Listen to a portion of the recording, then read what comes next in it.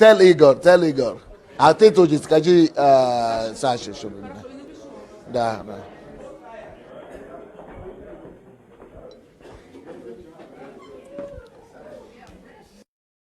That was a good one, huh? Thanks so much. Maybe you didn't think quite as well when I first told you to go, huh? I know, I understand. Beneficial, right? Because the topic is so serious. No, it is. It's applicable to every area. I mean, if you want to really do something, you need to know how to build a system. Yeah. It works. So, yes. Was it helpful? I'm fresh. Code knows how to code has a way of keeping you alert.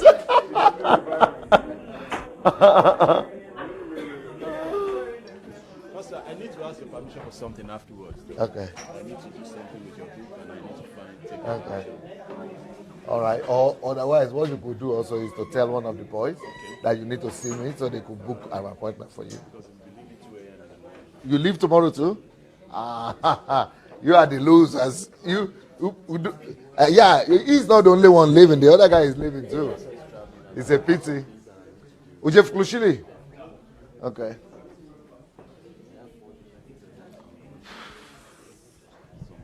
Okay, guys.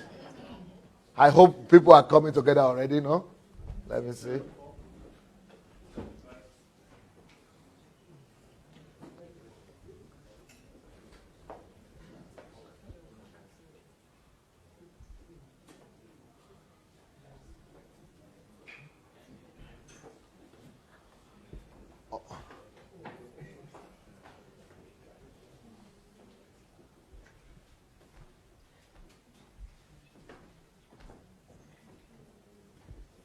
Okay, everybody, we are welcoming people on the Facebook. While we are waiting for you guys, we are also waiting for the people here so that we could start again. This is a very, very serious topic we are addressing. And I can't afford to talk on this important topic with people not being 100% alert.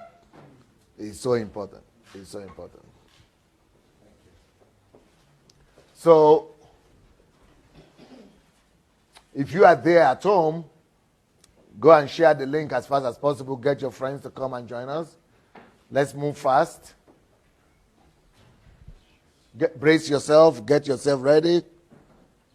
And I bet you will need 100% concentration because I've just spoken on one slide. And there are 35 of them. So get yourself ready. Brace yourself. Get coffee if you are here. Get coffee. For coffee will help you from sleeping. Get that coffee and get yourself alert as much as possible.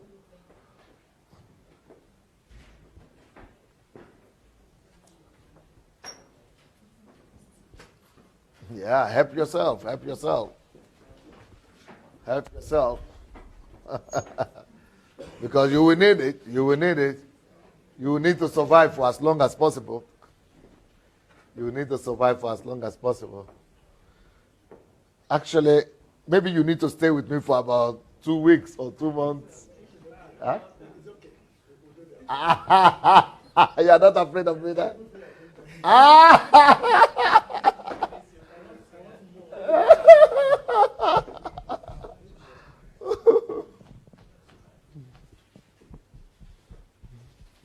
Because for me to give you just this teaching alone on system, I need a week. If I want to really make you understand it. If I just want to rush through it, then I can do it in 2 hours. But for you to get it, you might need a week. That's why I cannot do it by live broadcast. It's just not going to work. It's too difficult to, without seeing people. I don't see their concentration level. It's like a waste of time.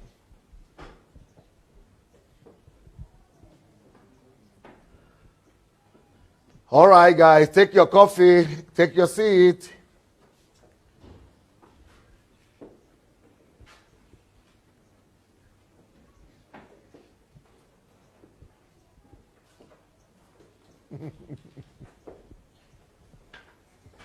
What is Shade thinking in her mind about me? That is a crazy guy, huh? Sent us to the cold, huh? Sent us to...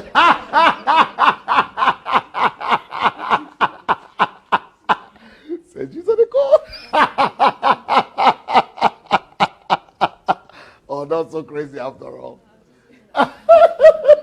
Thinking what? Why do you think it will be helpful to you?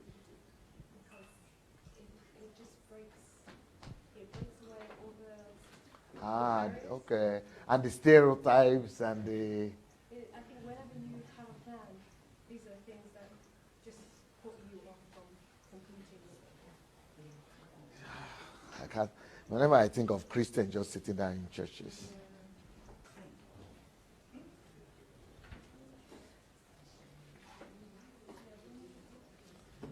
people are just being wasted. Sad. It's sad. Because we could have been achieving, so much.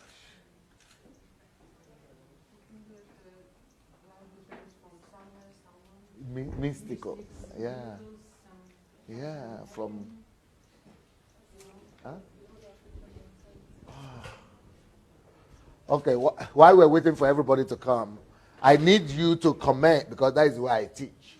I cannot teach you just be a lonely speaker or just being like one-way road.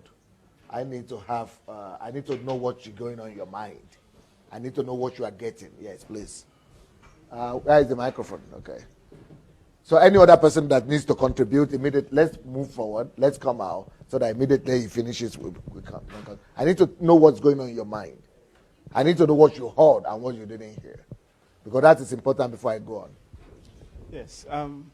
I happened to be talking with Sister Caroline, and then it got to a stage where it just popped on my mind, but this is in the Bible. let there be light. This is, illumination, things we didn't see before. Yes. Now we can see. So just consistent scripture. But you are not a stupid guy. You finished as one of the top university students in Ghana, right? In your university. Yes. Were you good? Yes, economic students. In what university? University of Science and Technology. It's a premier university in Ghana. And you are one of the top students there? Yes. In economics, so you knew mathematics, you studied a little bit of that. And now you are a professor, you are a lecturer in the university in the UK. Yes. Okay. So as a lecturer, you are not stupid. But you see, that's what I said, that we have professors in university who don't know some of these things we're talking about today.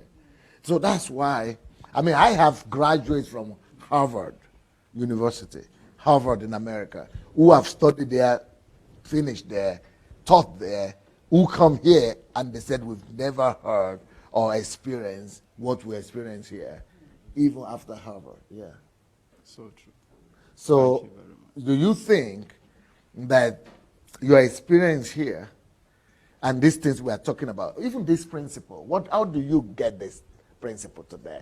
This particular one slide that I was able to explain.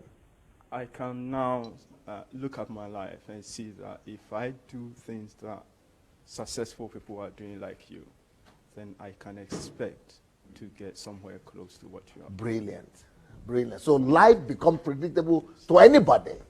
Either you are in Africa or you are in Europe. If you know the laws and the principle that has been applied by another person who has done that life becomes predictable to me.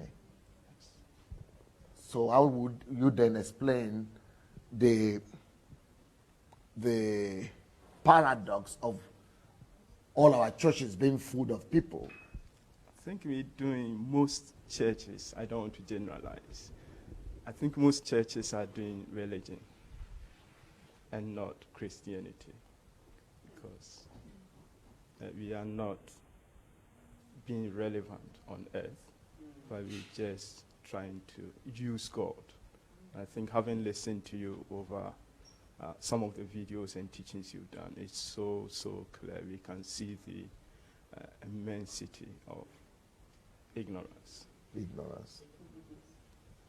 So we are going to churches from morning to night, appealing to God and begging God to do one thing or the other for us. Whereas people who have understood this principle I'm talking about, that life is understandable. Wait, don't complicate things. Let's put 1 and 2 together. And let's understand. It's just like saying we have problem of flood. And people study what is responsible for that flood. What is the land, situation or that particular situation, landscape or something. And then let's build a dam there. So instead of the flood killing people, let's build a dam and build a bridge and, put a road and then even turn that flood to electricity to benefit for us. But what we ignorant people, they don't just fast and pray. They go and call the God of, the God of the river, the God of the sea, the God of this, and begin to beg some God, or even God Almighty, or Jesus, and fast and pray, and wait for change to come.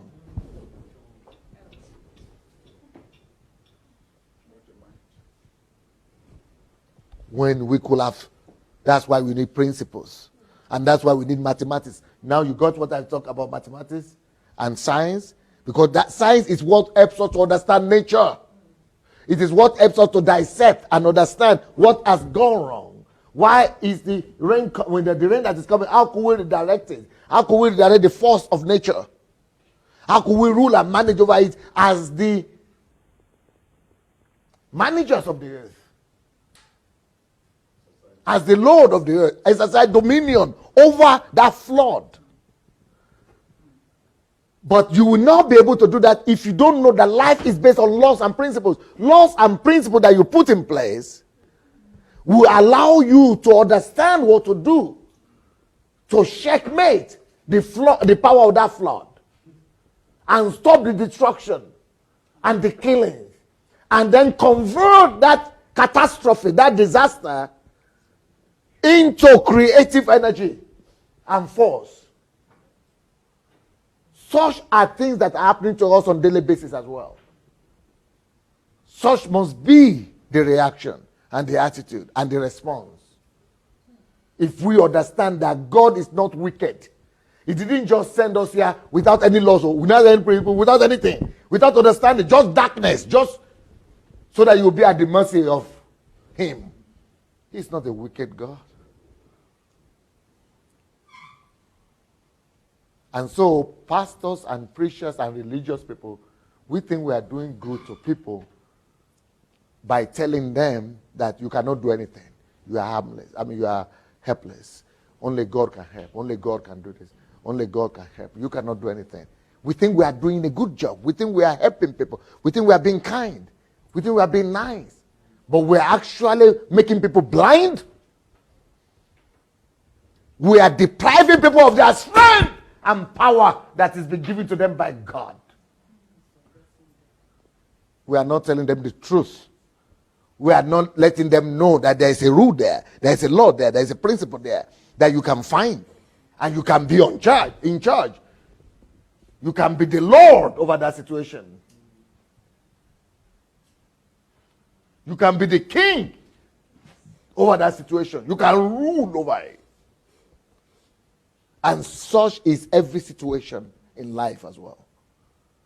That's why things work in developed countries and things don't work in underdeveloped countries. So you say, oh, these people don't believe in God. Oh, these British people or these English people or these Europeans don't believe in God. We don't know which one is better yet, my dear. Because thank God they don't believe, so that we can at least survive and live here on earth. Even though they will go to heaven. They will go to hell. But at least they make us live here on earth. But we that believe so much that we have become so irrelevant that we don't contribute.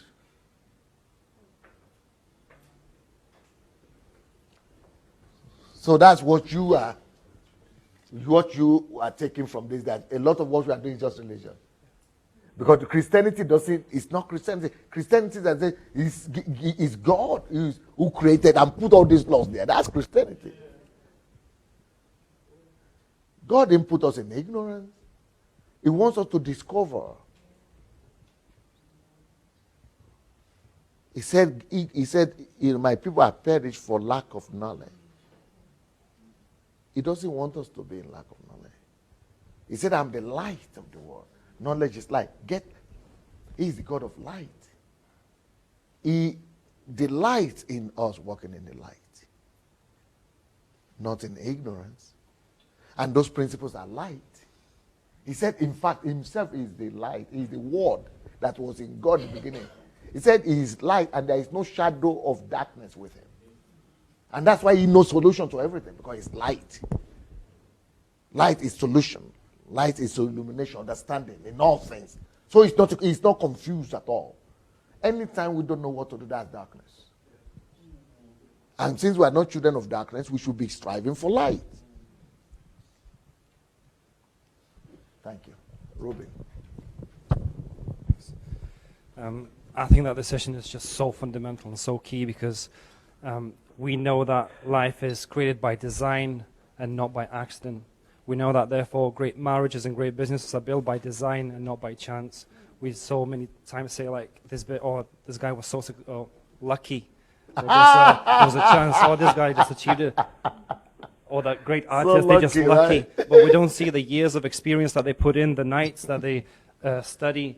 And I think it's just so important that, churches tell us, just wait on the Lord. Just keep staying still. Lord will come. Lord will fight your battles. But if we don't move, he cannot move through us.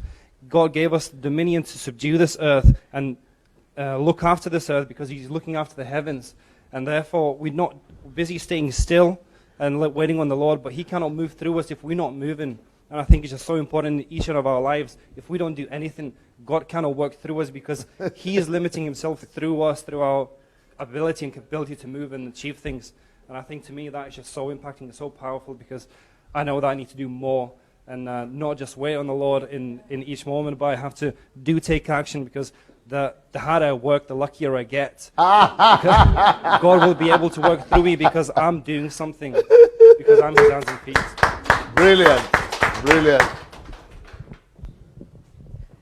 This message is so powerful to me because I know I've always been called. I know I've been called to media, and my heart is to do. My big plan is to basically build television networks, media networks that will promote Christian values, and that will then tie in with my husband's vision, which is to propagate the gospel and build institutions that will empower people in the media and send them out and saturate the market. And I mean, today I've learned a massive lesson. Even I think yesterday's lesson, which Pastor Sunday said, when you mentioned, just need to remember. Yeah, no, it's when you mentioned that. Yes, when you mentioned that, don't look at the don't. It takes the same effort to build a small thing than to build a big thing. So this is something that I said that I will be doing maybe several years later, and I'll focus on building maybe a small plan and a small project until I get the confidence or to do something as big as that. But now I know, based on this, I've booked my place, my spot in the library. I'm gonna be there until I get this plan fulfilled and build the strategies and put it on paper. So yeah. But how long have you been hearing about Pastor Sunday? A long time. I think maybe 3 years. And you never thought that your destiny could be in the hand of that man you've been hearing of for years? You never considered coming to find out? It wasn't. It was like I heard you, and then maybe I would be like intrigued, but I didn't even know there wasn't much content at the time online, I don't think. Mm-hmm. But then when it came as present, I was like, no, this person has the answer. There's no point. I can't. I know the truth is overseas, so I must go here and get this truth. Can you imagine how many people still in England are just cramming them churches, the buildings, waiting for something? And they could be helped. People could get help. Thank you. All right. If nobody else wants to say anything, then we'll continue. Okay. Yeah.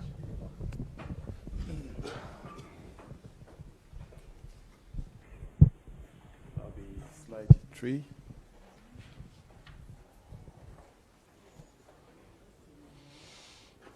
Next slide. Okay. 2 important things in this life.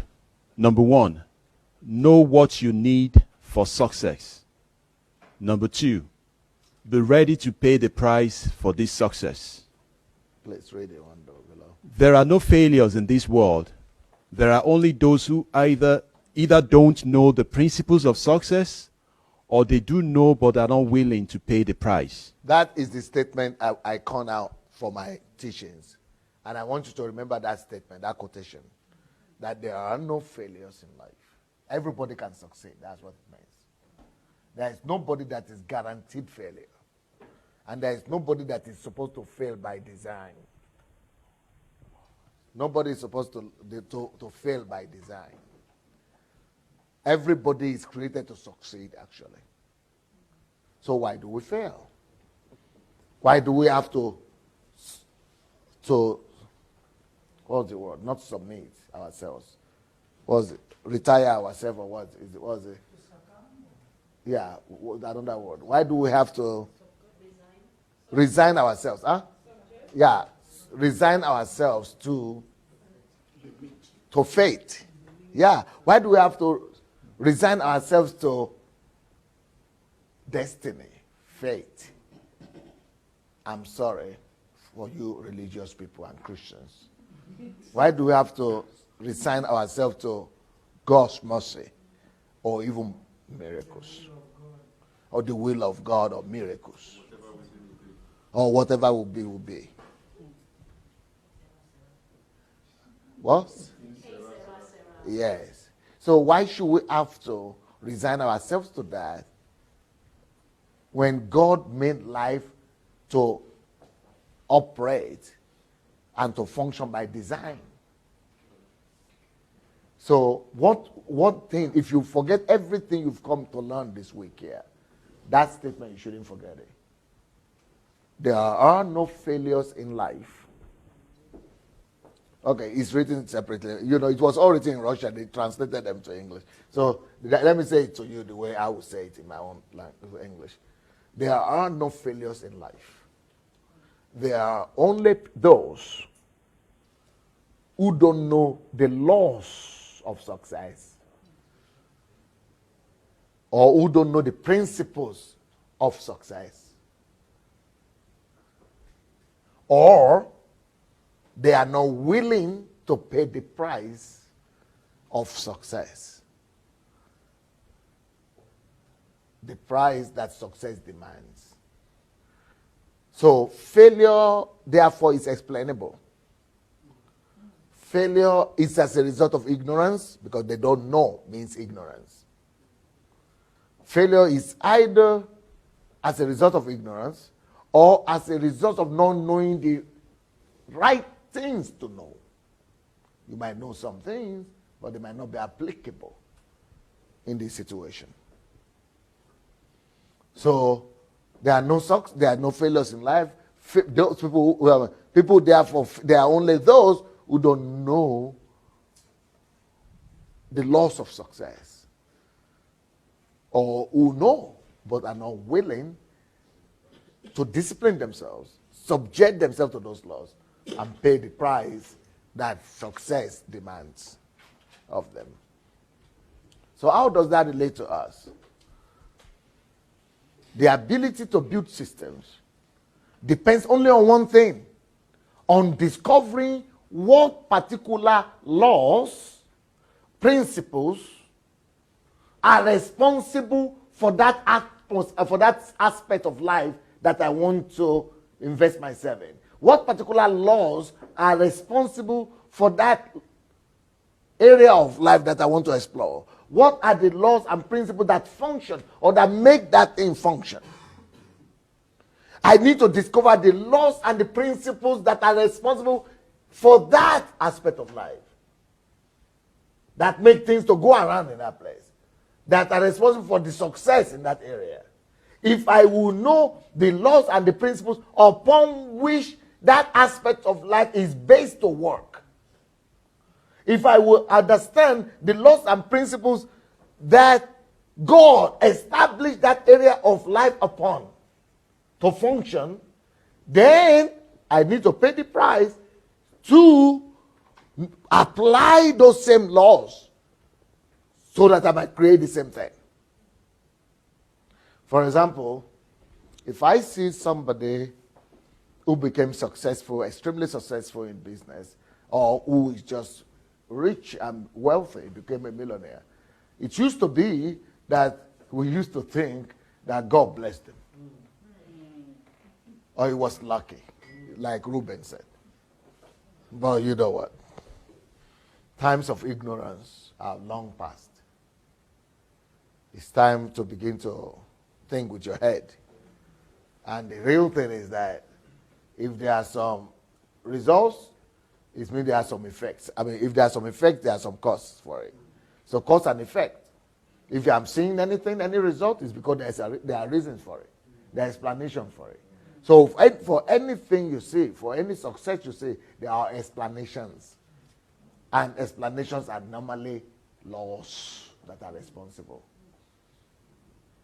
So if I see anybody that is successful, extremely wealthy, I should not just say God bless him, as if God doesn't bless you. So you just make God biased right there.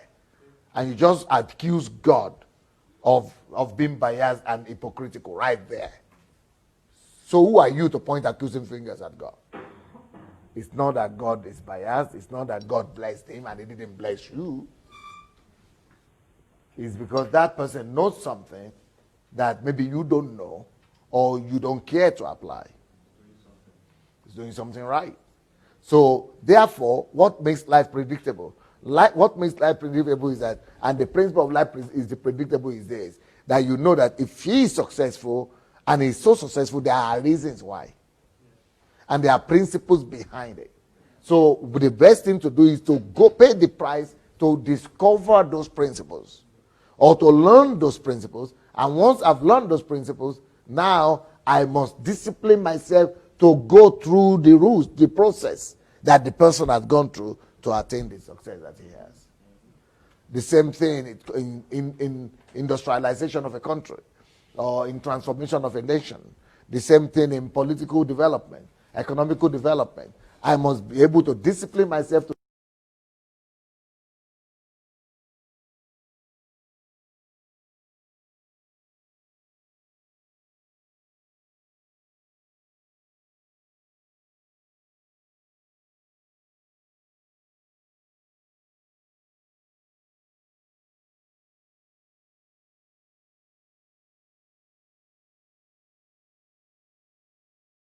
and I'm happy for Davida. Davida has come and I want to do the same thing.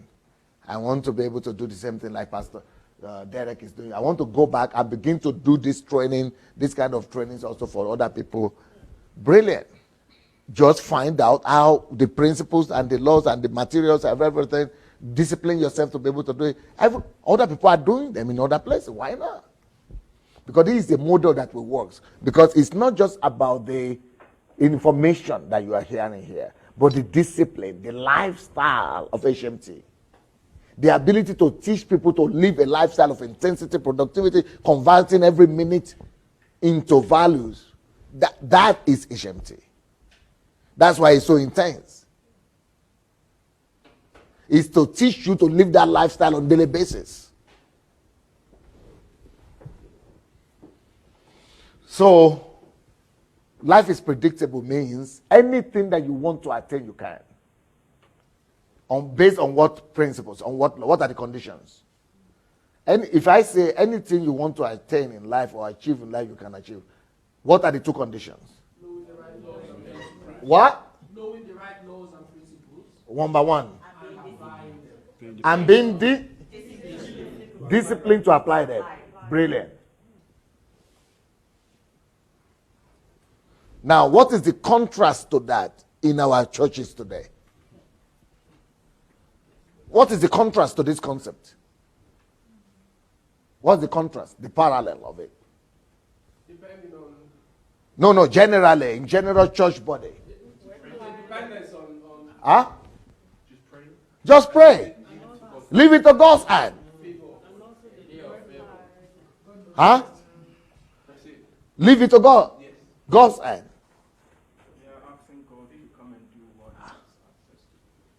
How will you assess that now? How will you people assess that?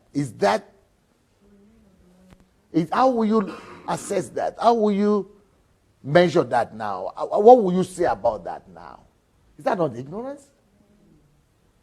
Is that not ignorance? You don't think it's ignorance? He's done everything from his part. He even died. He's done everything on his part.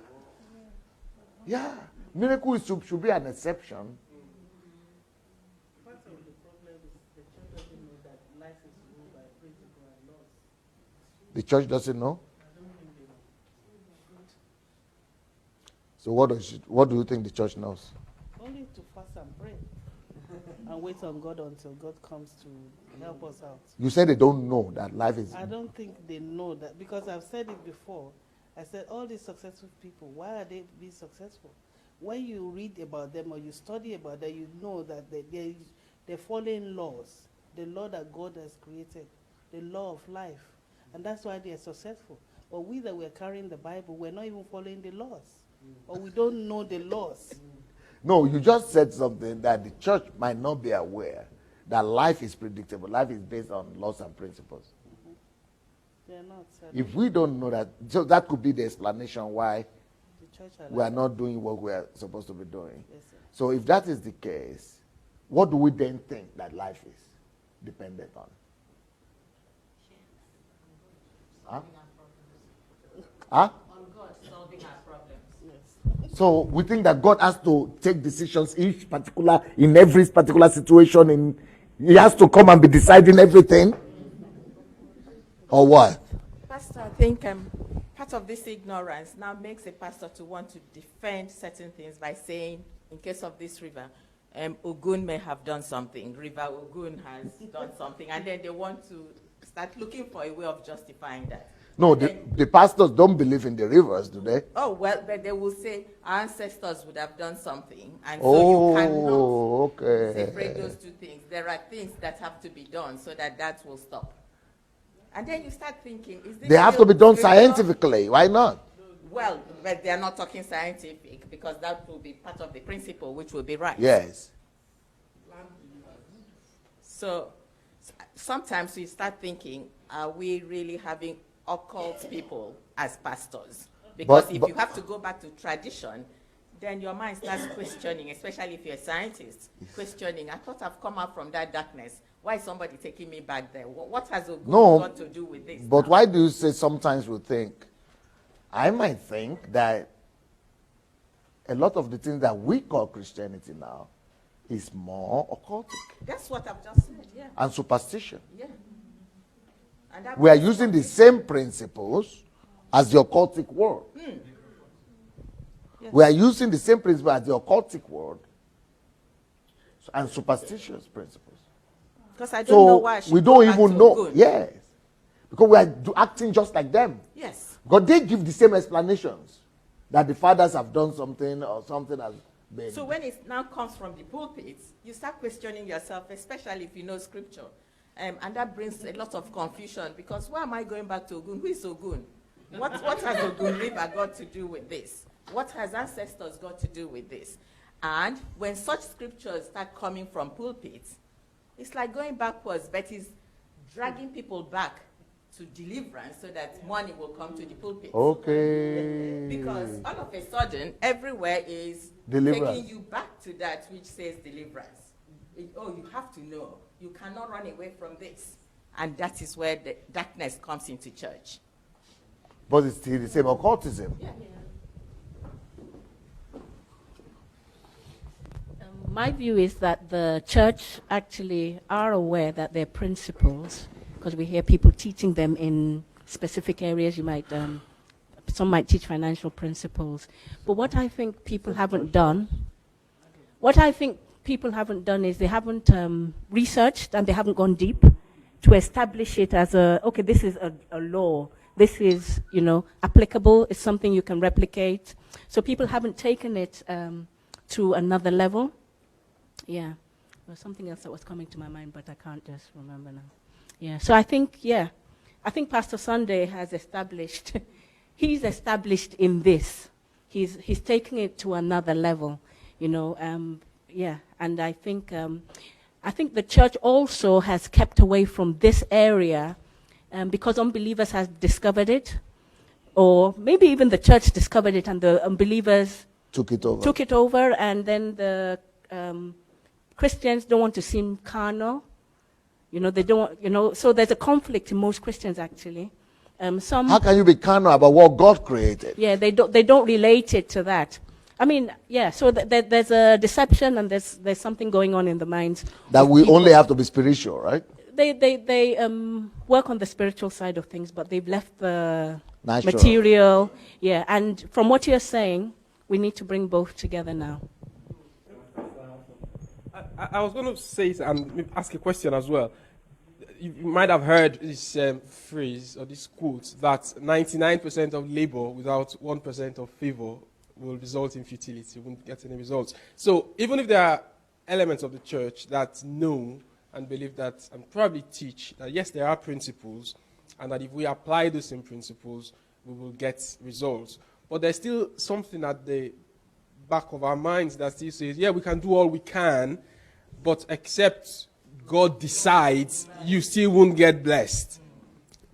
So I don't know how you want to respond to that.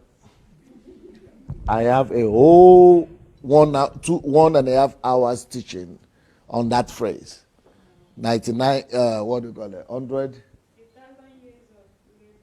Yes, I have something like that. That 1 day of favor is better than 1,000. I don't know how it was called in the video, but it's one of my series. I address that totally. So, yes. Amen. I think one of the problem of the church is that we are always learning. Christian people always love to learn, but they don't like if you read the last sentence, it said, but are not willing to pay the price. Christians will learn a lot, but the issue is that we are not willing to pay the price. Like in the days of Shadrach, Meshach, and Abednego, I begin to wonder if they were the only people that knows God in their time. But I believe when a lot of people saw the fire, they drifted back. But those people, they were ready to pay the price. So one of the things that I'm seeing here is like most of us, we came to this ancient thing. There are a lot of talks that this is what I'm going to do. But before you know, when we get to our Closer countries to the or microphone. okay, then we fall back, we relax. So the issue here, from what I'm saying, is going to pay the price.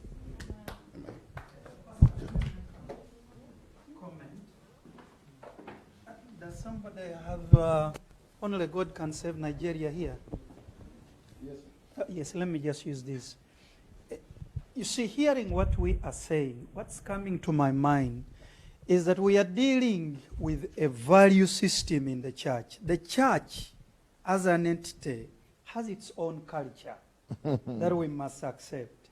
That this is a culture that the church has promoted, and many of us who have grown and been bred are through the church, because every culture promotes its own cultural values.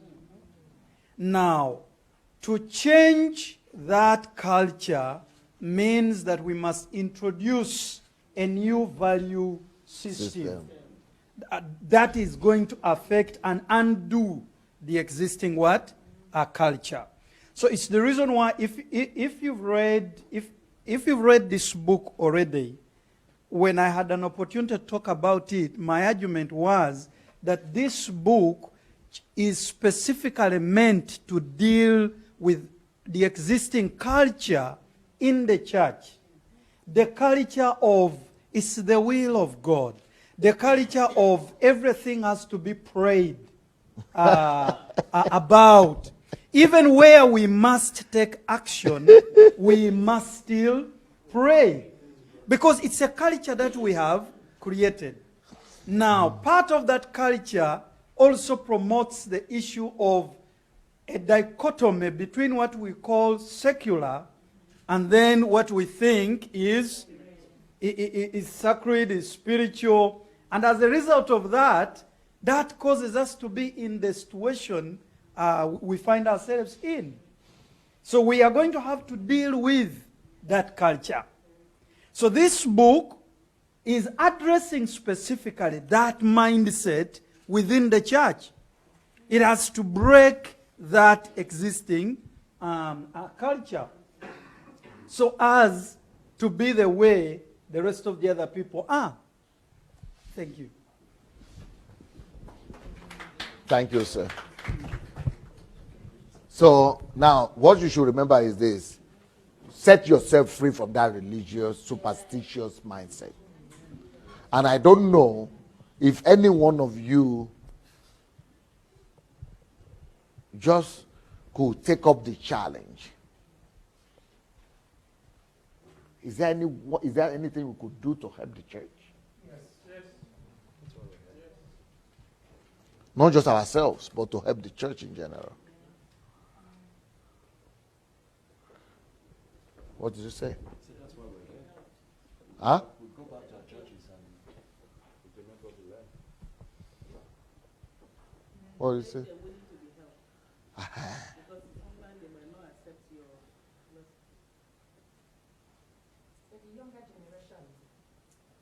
Okay. Okay. We may not be able to influence the older ones. Yeah. There might even be some pastors that when they hear this, that don't mind their pastor. He's not spiritual. He has even backslided. Oh, okay. Okay. But I hope you got it. God doesn't want you to be at his mercy. Please. You are painting a bad picture about God. I mean, it is wickedness for me to have food in the fridge, to have the cook or the cooker there, to have the plate there, to have the fork and the all those things there, and the food, everything is there. And then I tell my children that you have to come and take my permission, that you cannot eat in this house until you come and get my permission. And you are grown-up children. They say, but you are not at home, father or mother. You know, I was hungry. Yes, you still cannot. Wait till I come before you can eat.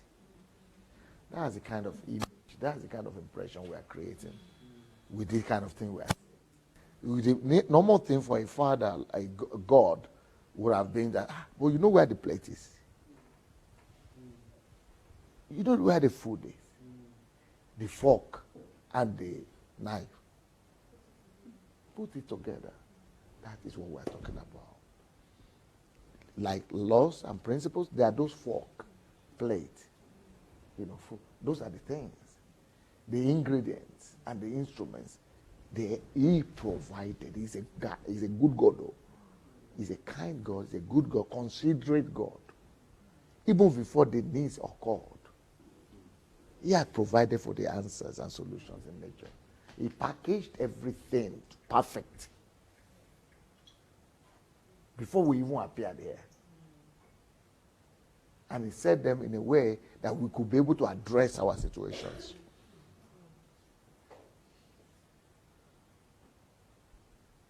So it's either because we don't know or we are too lazy to go and get that food from the fridge.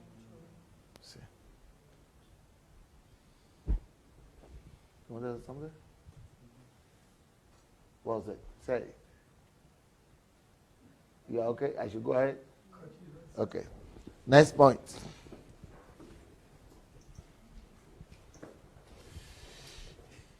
If you study the laws which great people used to achieve their success and apply them, you too can achieve outstanding results.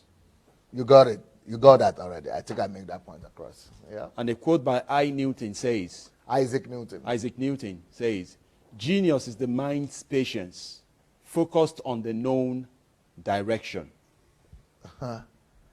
Is that complex to understand? No? Who said no? Yes. It's complex to understand. Let's go back to that. What this is talking about is that nobody really is born a genius. And the person who is saying this is Isaac Newton, one of the greatest minds that have ever lived.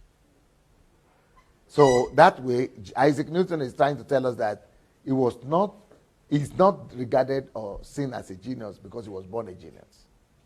So there were things that he did that brought out his geniusity or ingenuity. That's why I have all these great people here. So that all my students and my members who come here to be trained by me will know that they are not worse than all these men.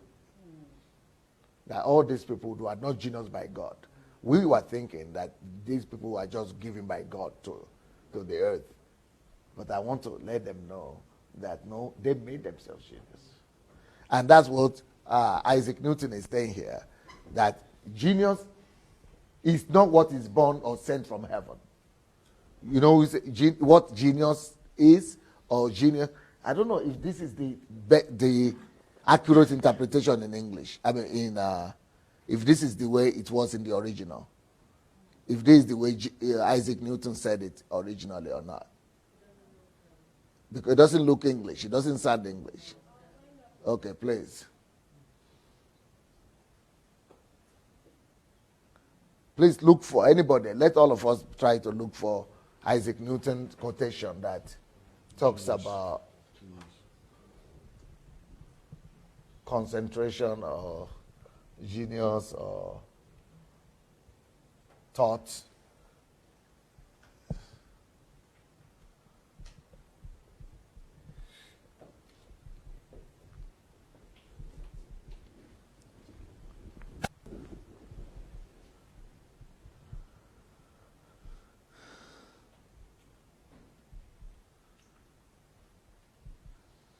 Как по-русски это?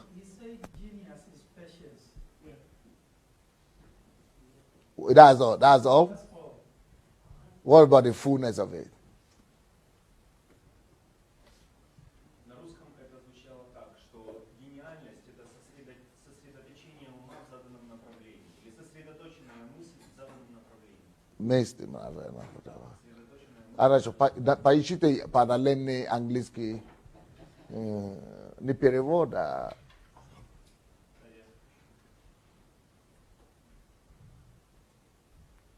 сосредоточенность мысли в заданном направлении. Can you find it? Can anybody find anything from Isaac Newton that reminds you of this? Because, like I said, all this was in Russian language. I translated it, so I told them to translate it. So I don't know how it sounds in English anymore.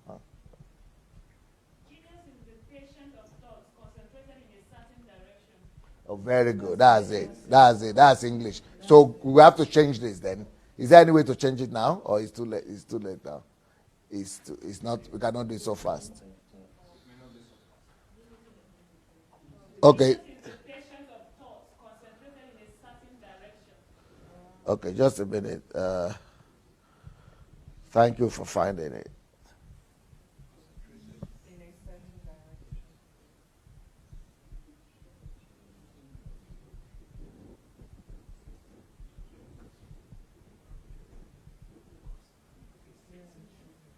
Say it again.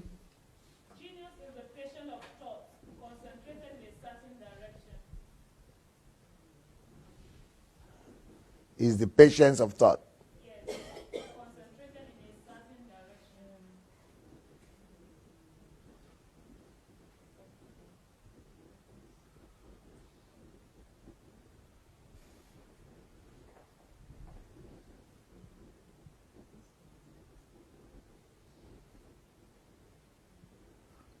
Pastor Natasha Vitam, pașlite vote tu praia necesitat caronis, чтобы она послала человеку, который английский эту книгу концентрации, гениальность, концентрации, чтобы основали на правильном это самое.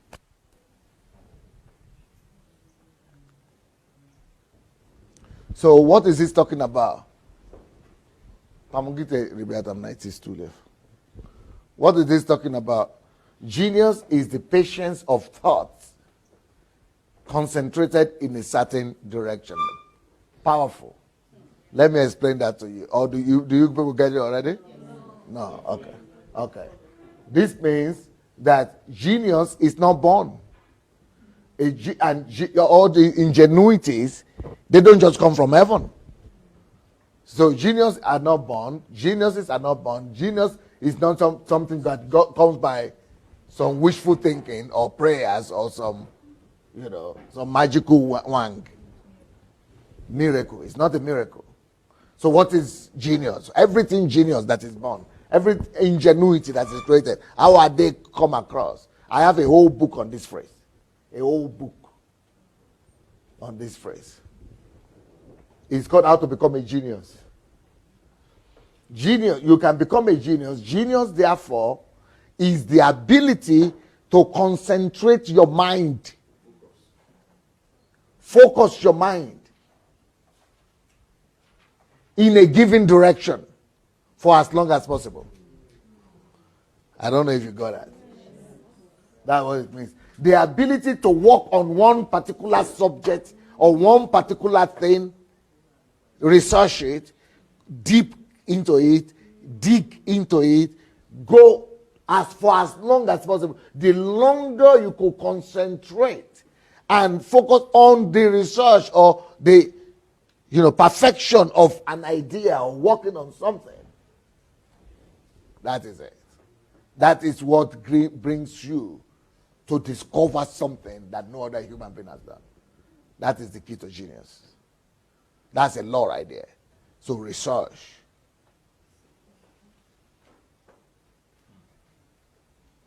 So that thing you have said, Ushe, that's your theory from those African ministers, pastors, who are, I'm sorry,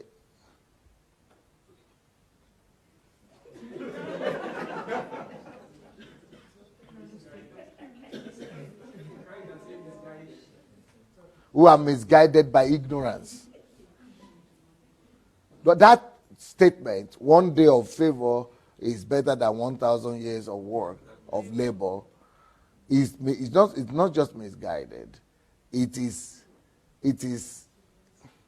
destructive. It is misguided, destructive, and it is against the law of nature. It is conflicting with the order of God. And it's a demonstration of ignorance.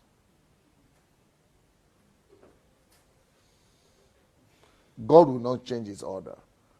Even though miracles are also part of his order and his plan. But possibilities of miracle is only 2% of human existence. Only 2%. Only exceptions. Exceptions only. They shouldn't be turned to the rule.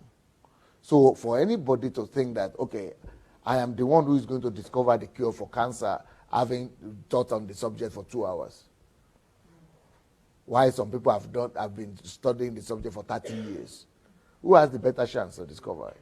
Of course. Even if God comes from heaven and tells you this is the way to cure it, you will not even know what to do because you don't even know the terms. You don't even know the things to bring together. You don't even know what he's talking about. You don't know the science behind it.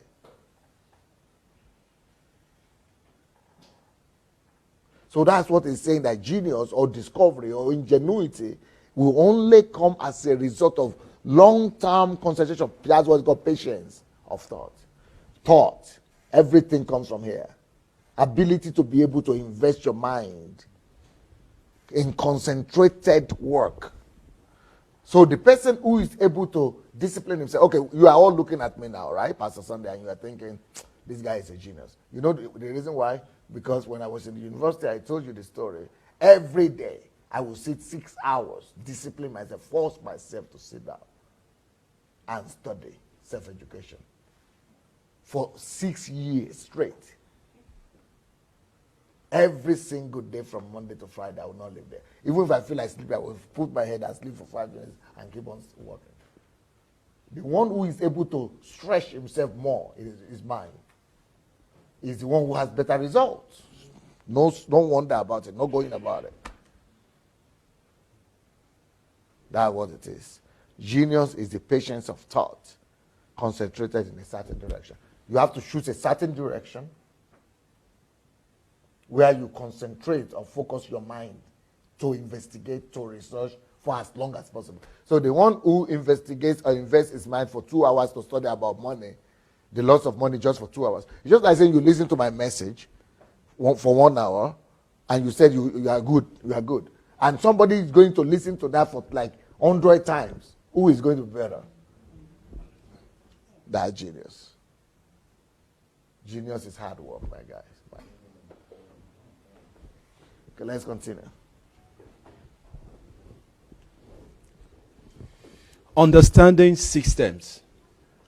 System is what helps us to have a definite result that is stable, predictable, automatic. Systems reproduce themselves. So the good thing about system is this, is that since you know, okay, for example, let me show you what is a system. Like this iPad now, do you all know that do you know that any one of us could actually reproduce this iPad? Or at least reassemble it? Do you know there are people all around us who are assembling computers? Who are not IBM or Microsoft or just people who schooled, who learn it. Why? They just learn it. Why is it that apart from the company that produced this product, there are other individuals who are also able to assemble it? Why?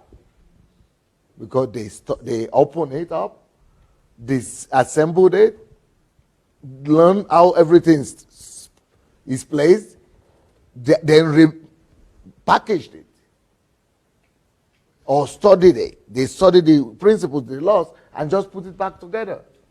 So what is that saying? That is a system. System makes things predictable. System makes things reproducible. Systems make things to be stable and to work in a way that it could be is self-functioning. So what we are saying is that once you know the laws behind anything, just like this iPad now, once you know the laws, the way it is arranged, everything, the laws and the principles where what is supposed to be, that means you know the laws and the principles, then it is possible to reassemble it the way it was. So life becomes predictable when you are aware of the laws that are responsible for its existence or its functionality. Okay. Why is it that we have medicine? Medicine as a science is only as a result of what I'm telling you now, as a result of the predictability of life. Because why medicine as a science is based on the fact that people discovered, there was a time that medical doctors, people were thinking that you cannot be trained to be a doctor. People were thinking that it is only God. God gives doctors. God creates doctors. God sends them here. So if you are not by God assembled in heaven to be a doctor, And you have to be taught by God himself. Oh. And the reason why they used to think like that is because there was no school, there was no educational system, and people who were doctors were self-taught people. So because they were self-taught, no other person possessed the knowledge. But later on, when humanity came to the understanding of this principle I'm talking about, that everything is based on laws, that changed. They started assembling and recording the knowledge of the people who were self-educated and started training other people and say, oh, it could be duplicated. That is how everything is. So why is it that we have medicine today as a science? Because somebody had studied how human body functions. And the more we study, that's why when people die, we still call them and do autopsy and this. Why? Because we want to know better and understand how everything functions, so that we could now fix it when anything goes wrong in the body of any living organism. Oh, life is predictable. And hence we have medicine. Life is predictable, and somebody could fix your teeth. Life is predictable, and somebody could fix your eyes. Life is predictable, and somebody could fix your pain. Life is predictable because they have studied how they take, just like people study how the iPad functions and able to reassemble it. That's how they study how human body functions and able to fix it. That is the reason, that's the explanation. So in schools, unfortunately, we tell our children, go to school and study mathematics, biology, but we don't know what it's talking about. If people had known that actually biology and everything is because this is for me to know everything about the body of somebody and to be able to fix it, they would have a different attitude to that science. If people had known that mathematics really is the same principle, and the combination of biology and mathematics is what makes me to dissect and to be able to calculate and be able to come up with a formula, it will be easier for them. And if they know that physics is like that too, is what makes me to know about everything any mechanical thing, and with mathematics, that it's what makes me to know what is behind the functionality of anything, what is behind the functioning of any object. Mathematics helps me to design and to calculate and to be able to study why this thing works like this. And once I can understand the laws and the principles behind that thing functioning like that, that's what mathematics and science and chemistry helps me to do, to be able to dissect it so that I will be able to rearrange it. So that is why we study science and all that. So if I am able to know the laws that are responsible for anything or behind anything, I will be able to fix it or be able to create something parallel or similar. So that is why we say everything in life is based on one law or the other. There is nothing mystical if it is on earth. God intentionally did it like that. So everything could be, if we don't know something is well, we have not discovered the laws behind it or the explanation why it functions like that. So that's why we say if there is anything where we're failing or anybody who fails, we can only fail because we have not understood the laws or we have not disciplined ourselves to apply that law. Are you following me? So life is predictable because once we know the laws that are behind that thing, then we could create something similar. Not just repair, like with the medicine, we repair. But with man, we have not been able to recreate man. Why? Because we are still so limited. We cannot even reproduce eyes. We cannot even reproduce a lot of things. You know, when somebody tells you and say we are doctor of medicine, there's nothing like doctor of medicine. You have to ask him what area, what part of medicine. What specialize? Even when he says, gynecology or something, we say, what specialization? Because we are too small still in discovery. Or when somebody comes to you and say, I'm professor of mathematics, na lie.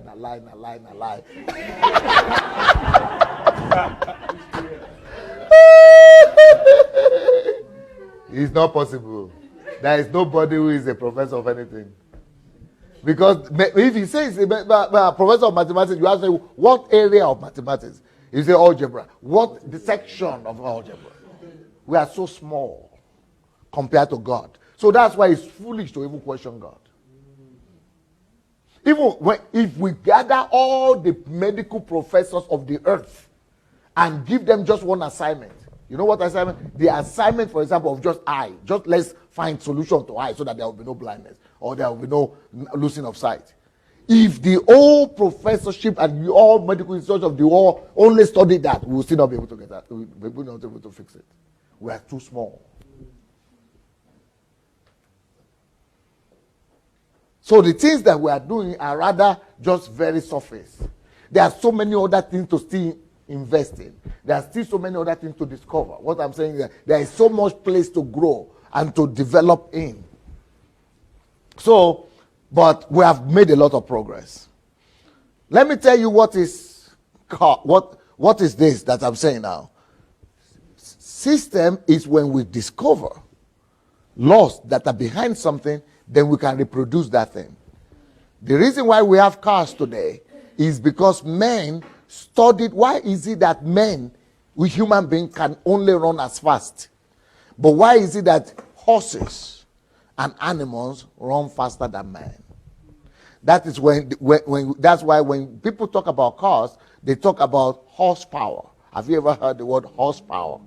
It's because people were studying the mechanisms behind the power and the speed of horses.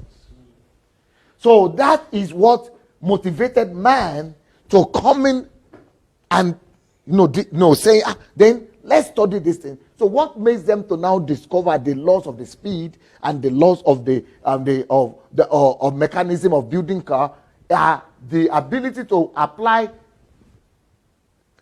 physics, mathematics, biology, dissect horse and the force behind them and their race and the energy and how they overcome gravity and all that, and say, oh, we can reproduce those same mechanisms that 1 + 1 is 2, but 1 is 2, this is the speed, this is our, and create our own artificial mechanism of the same horse power. That is how we came across cars and all the moving objects. Through plane is because by studying birds.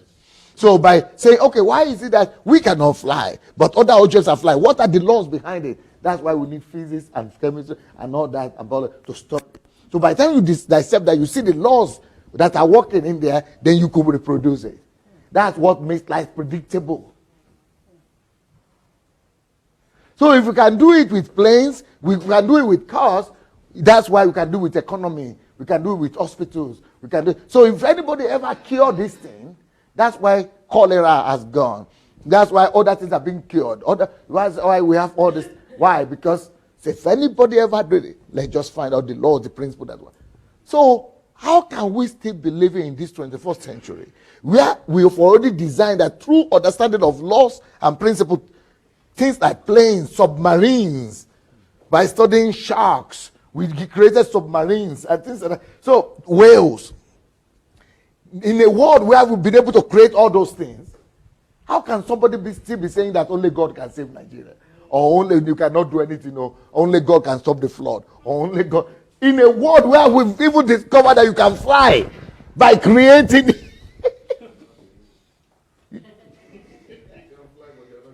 Can you imagine?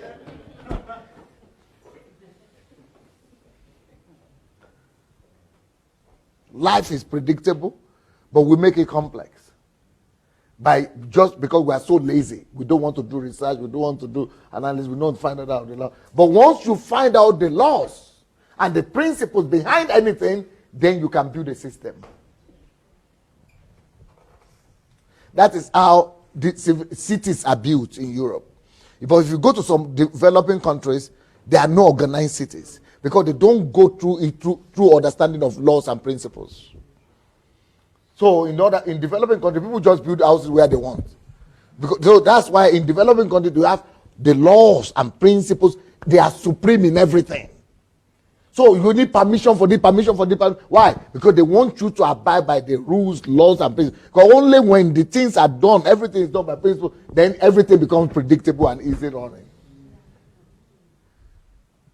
That's why some people hate living in England or in America, because there are too many laws. But those are the things that make their society governable and predictable.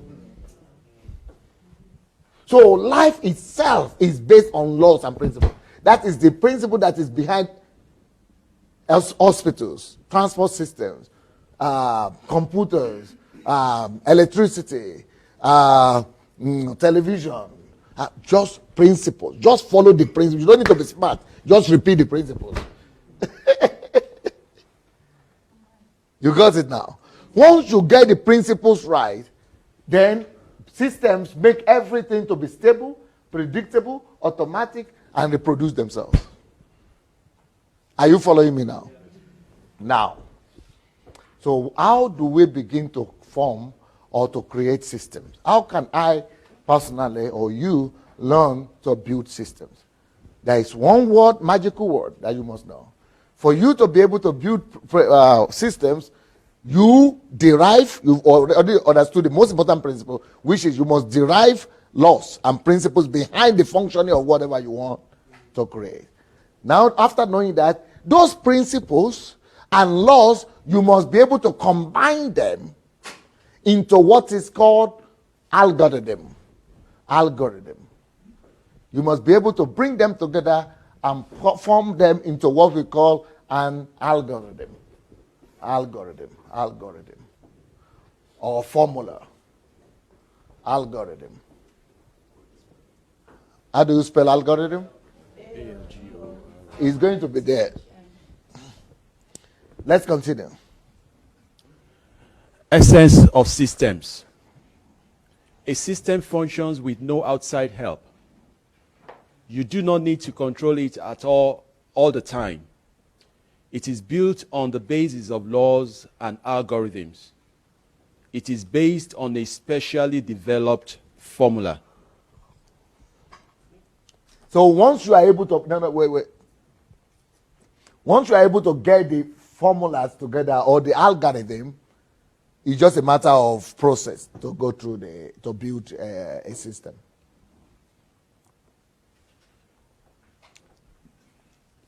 Systems rule the world. 92% of the world do not understand that systems rule everything and everything is based on systems. Even less people understand that everyone can build their own system. Only people who build systems rule this world. I already mentioned that earlier on to you. Importance of systematic thinking. You need to think systematically and use a systematic approach Not to systematic, but systemic. Okay. Mm-hmm. You need to think systemic, right? And use a systematic approach to resolve any problem. Systemic approach, yeah. In order to resolve any problem, you need to be able to develop a system. Ability to build systems is what allows to resolve any problems. Right. Wait. Yeah. Next. So algorithm of resolving any problem. Okay, now. This might be, you might need help here, right? Does this need explanation? Yes, please.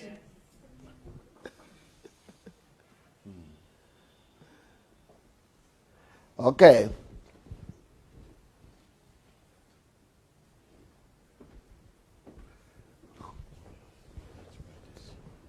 So the first thing you must do to build a system is to come up with a formula. Where do we get formulas from? Who knows? I need you to tell me now. Where do we get our formulas from? Kaneshna. Oh, of course. Laws and principles. You must discover the laws and principles that are behind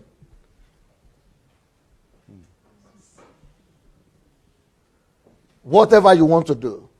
So once you have the laws together, it is on the basis of those laws that you create a formula, just like you do mathematics. You know, there are different formulas for resolving different equations. Do you remember that? Okay, that is where you get that from.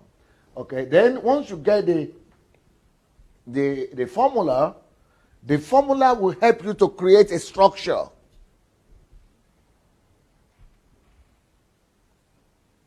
Structure is a small part of a system or a branch of a system or something that just, just a particle, a part of it. Just, for example, okay, let's say this is a system. This whole diagram is a system. This is one structure, this is another structure, this is another structure, this is another structure, this is another structure. So system is when they all work together as one unit. And the thing that makes it to work as one unit are the process. Process is what is connecting the structures, you see? This is the process, you see? Making it to roll together. Are you getting it? Oh, it's a bit complex. Okay, so you have formula, you have structure, you have process. Then you get a system. Okay. Yes. Yeah, it's a mistake there. It's a mistake there, right? Okay, go ahead. 75% of success lies in building a system. 25% is in following it. Okay, so this is another very important thing you must know in life. For you to become somebody who controls life and who manages your affairs, who manages his own affairs, someone who will rule in life. Apart from knowing that life is based on principles and the discipline to be able to implement those principles, you must know that that discipline starts with you sitting down and building a system on paper first. Then going to try to now go and walk and do that is 25%. So if you are able to sit down and build a system, that's 75%. Success already. For example, let me give you an example. This is my house here. You know, before, when we had not even bought the land, we already have the house. The architect had already drawn the house. So the work of the architect, the drawing and the sketches and all that, that is the most difficult part of this building, of this house. 75% of the house that is built, is the work of the architect. 75%. So what the laborers are doing, taking the bricks, that's just 25. That is how it is with everything in life. The ability to be able to sit yourself down, get the full picture and the detailed picture and the detailed description of what you need to do, to calculate it and to see it from A to Z, and to be able to see the answer and the solution on paper, in your mind and on paper, is 75% of success. You will therefore understand why Jesus said, if you want to go against if a king wants to go to war against another king, if he doesn't want to come back defeated, he needs to do one thing. He needs to stop, sit down,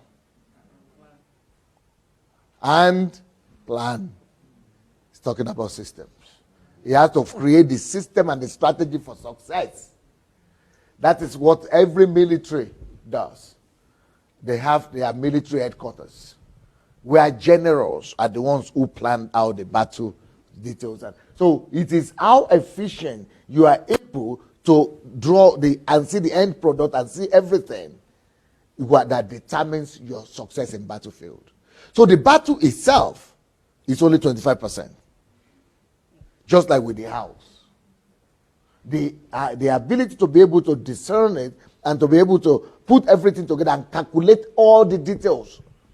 Unfortunately, the way we do things is either to just sit down and don't even use our mind. We just pray. If you don't see any picture here, you don't see anything, nothing to implement. Nothing will come to pass. That's why you become a victim of chances or miracles. Either it will come or it will not come. and your life is not predictable and it's not organized.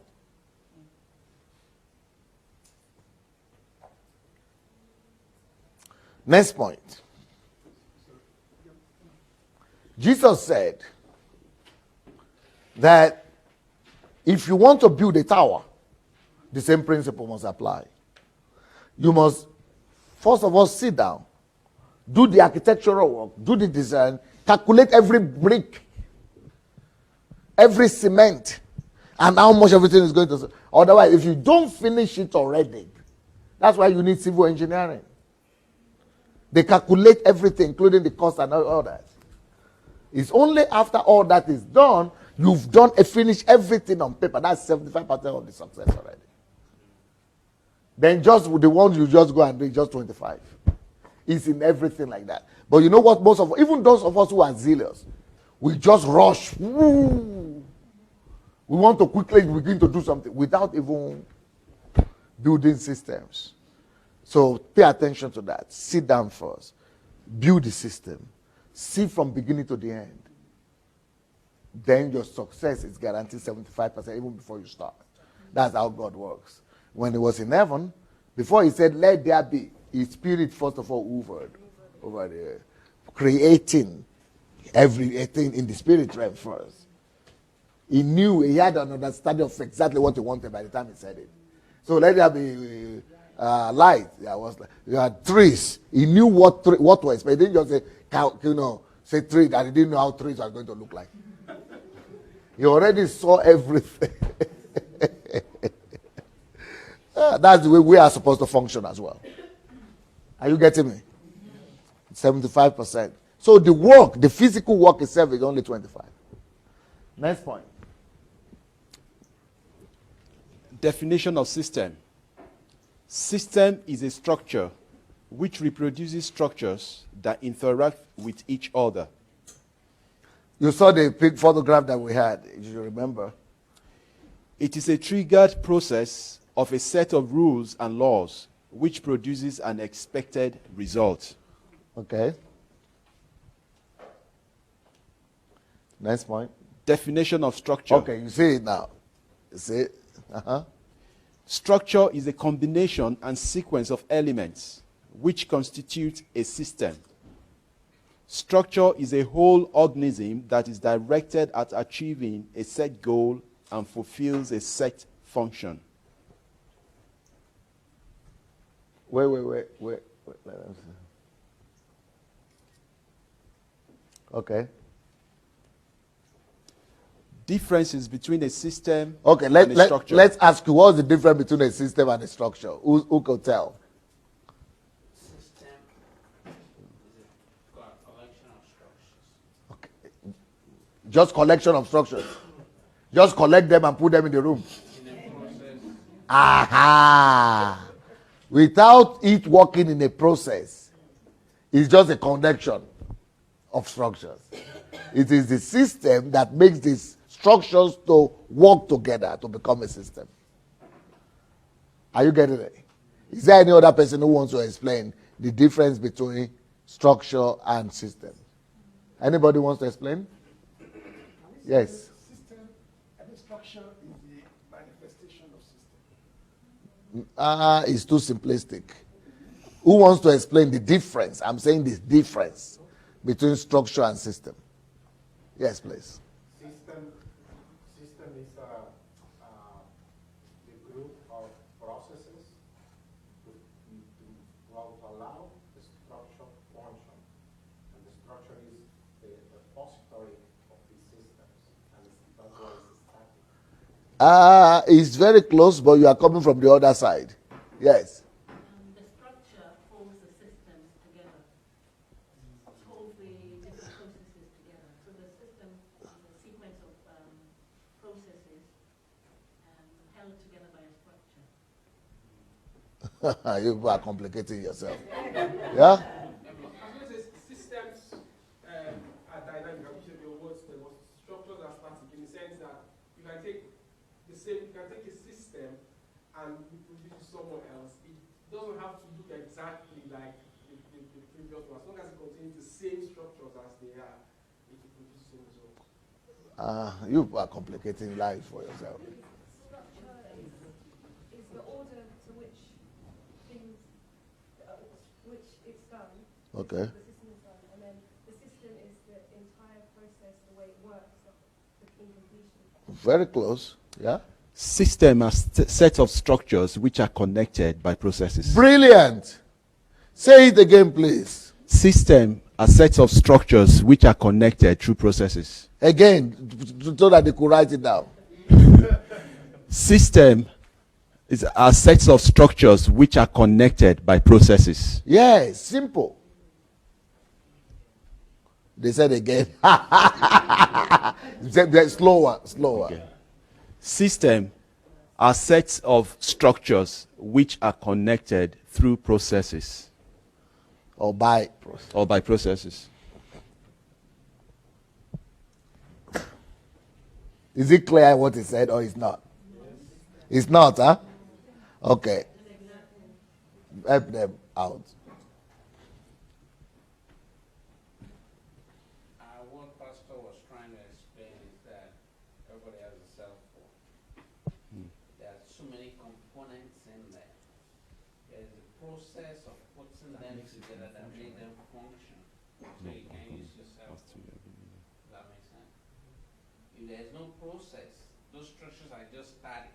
It's just going to be there. They have to be connected together to make them work as a cell phone. Yeah, not bad. Let's call Pastor. Well, what's your name again?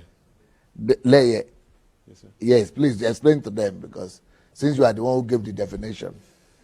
With an example. Maybe not an example, just description at least. It's Okay. already saying there. Yeah. All right. I'm just looking at what Camera, I can use they because want I'm you to oh look sorry. You don't need to use the example. Just say it again at least. Okay. Describe it. Said okay. System are sets of structures which are connected together or held together by a process, by a set of processes. Now Just go back to the diagram. It is there, or after. You can go. the one, down. 2 slides before. Yes. One, okay, like here, for example. Or the one before. Let's go to the one before. Okay. Show them here. Okay. What is structure here and what is system. Now, when he was explaining that, basically, he said that Go these there and actually touch. forms the whole components there actually forms what you call the system. Yes. And these arrows are actually the processes. Yes. So basically, we get the formula from Where is the laws. structure? Structure. Tell them where the structures are.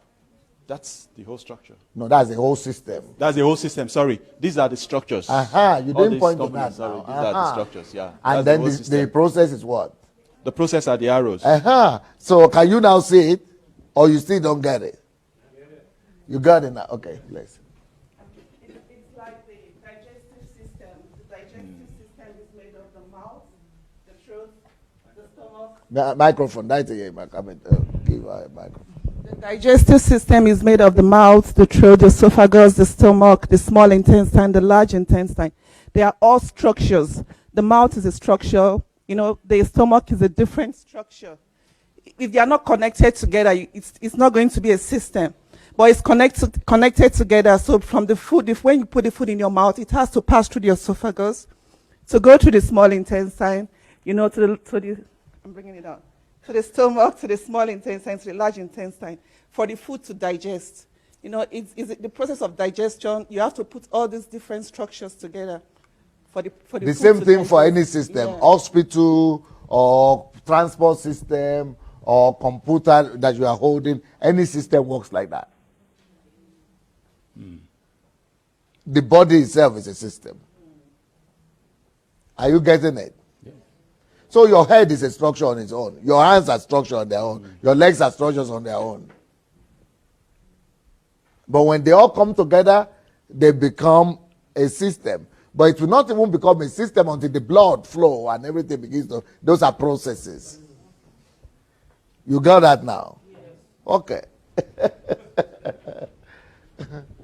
Yes, let's continue. Go ahead. Leave this. Ella. Yeah. Definition of process. Now, you see what process does? Look at the photograph. It's not what causes it to move. You see, that's what process does. Just like the blood flow. Process, Go ahead. Process is no, movement. No need to read. No, it's clear. Go, yes. Properties of a system. If you know the algorithm, you can build any system. Anyone can build systems. Systems must be used instead of emotions to solve a problem. Now, that is one major thing that we should all know. That system beats emotions. Normally, what is our responses to life? That's why Jesus said, sit down first.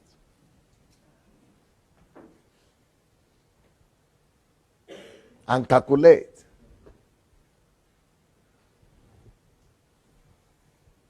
Get rid of the emotion. Think. Use your mind. Get the formulas. Put the algorithms together. Build a system. That will be perfect response to life. And that's what will always give you victory. You always win when you respond by system rather than by emotions. Systems beat proficiency. A system is more powerful than anointing and prayer.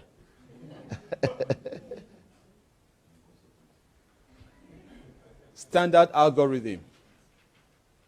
1. Define the task. Okay, now these are the algorithms that are needed to build a system. Number 2. Define the time limit. Number 3. Define the available resources. 4. Divide the task by time. 5. Define the location. 6. Build a team. 7. Assign team members for each territory. 8. Make a schedule for every day.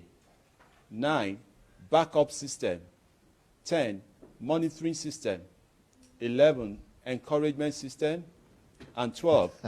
Methods to reach 1,000 followers. I think all that is just a bunch of words to you guys, right? Now, we have to start hard work now. But before we start, we have to take a little break again, because this is going to be another tough one. You will need your mind to be alert again. Don't stop. Don't stop. You are not stopping it, right? Because prosperous we are standing. Now, you guys that are at home, watching us at home, we are going to have a 2 minutes break here. I'm going to send everybody to the street, to the cold again, to inhale some cold energy.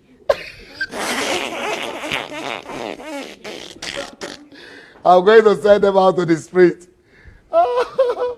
to get some energy, some renewed energy before we come, because this thing we are coming to deal with is very well complex. Is very intense. So, but you guys who are at home, I want to encourage you to go ahead and share the link. Go and press the share button, and while you are pressing the share button, I'm going to invite some. Who doesn't want to go to the code? Sufficient will not go to the code. You come here. You are going to be talking to them while we are out in the street. Be explaining to them what we are trying to learn here before we come back. Well, everybody go to the street.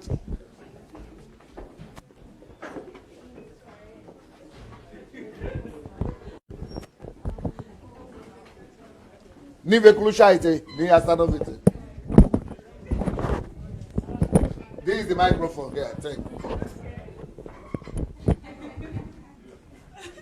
What has been happening here and what just your life?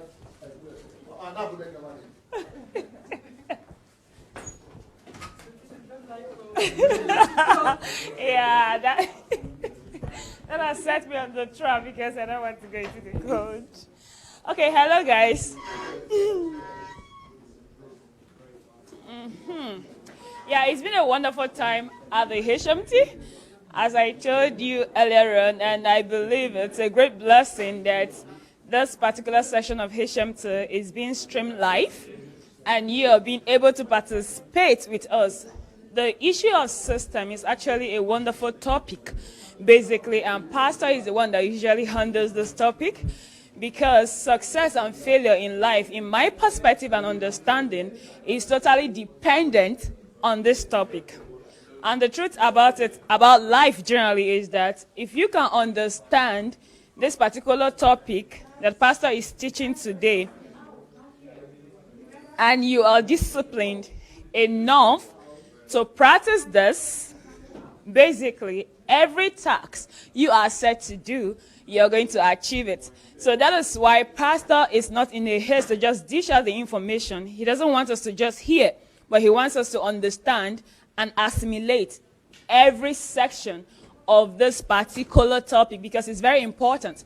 So if I were you at home, maybe as they are out taking or inhaling the cold air, I will be grabbing my notes if I was not writing and paying close attention, probably maybe silencing your phone or anything that might distract you, as we are going to move into the next interesting section. So if you understand this particular topic we are going to be treating, then most of your tasks or anything you're set out to do in life will be made easier, because it's more like handing you a kind of a prototype on what you can use, to structure out anything you want to do in life.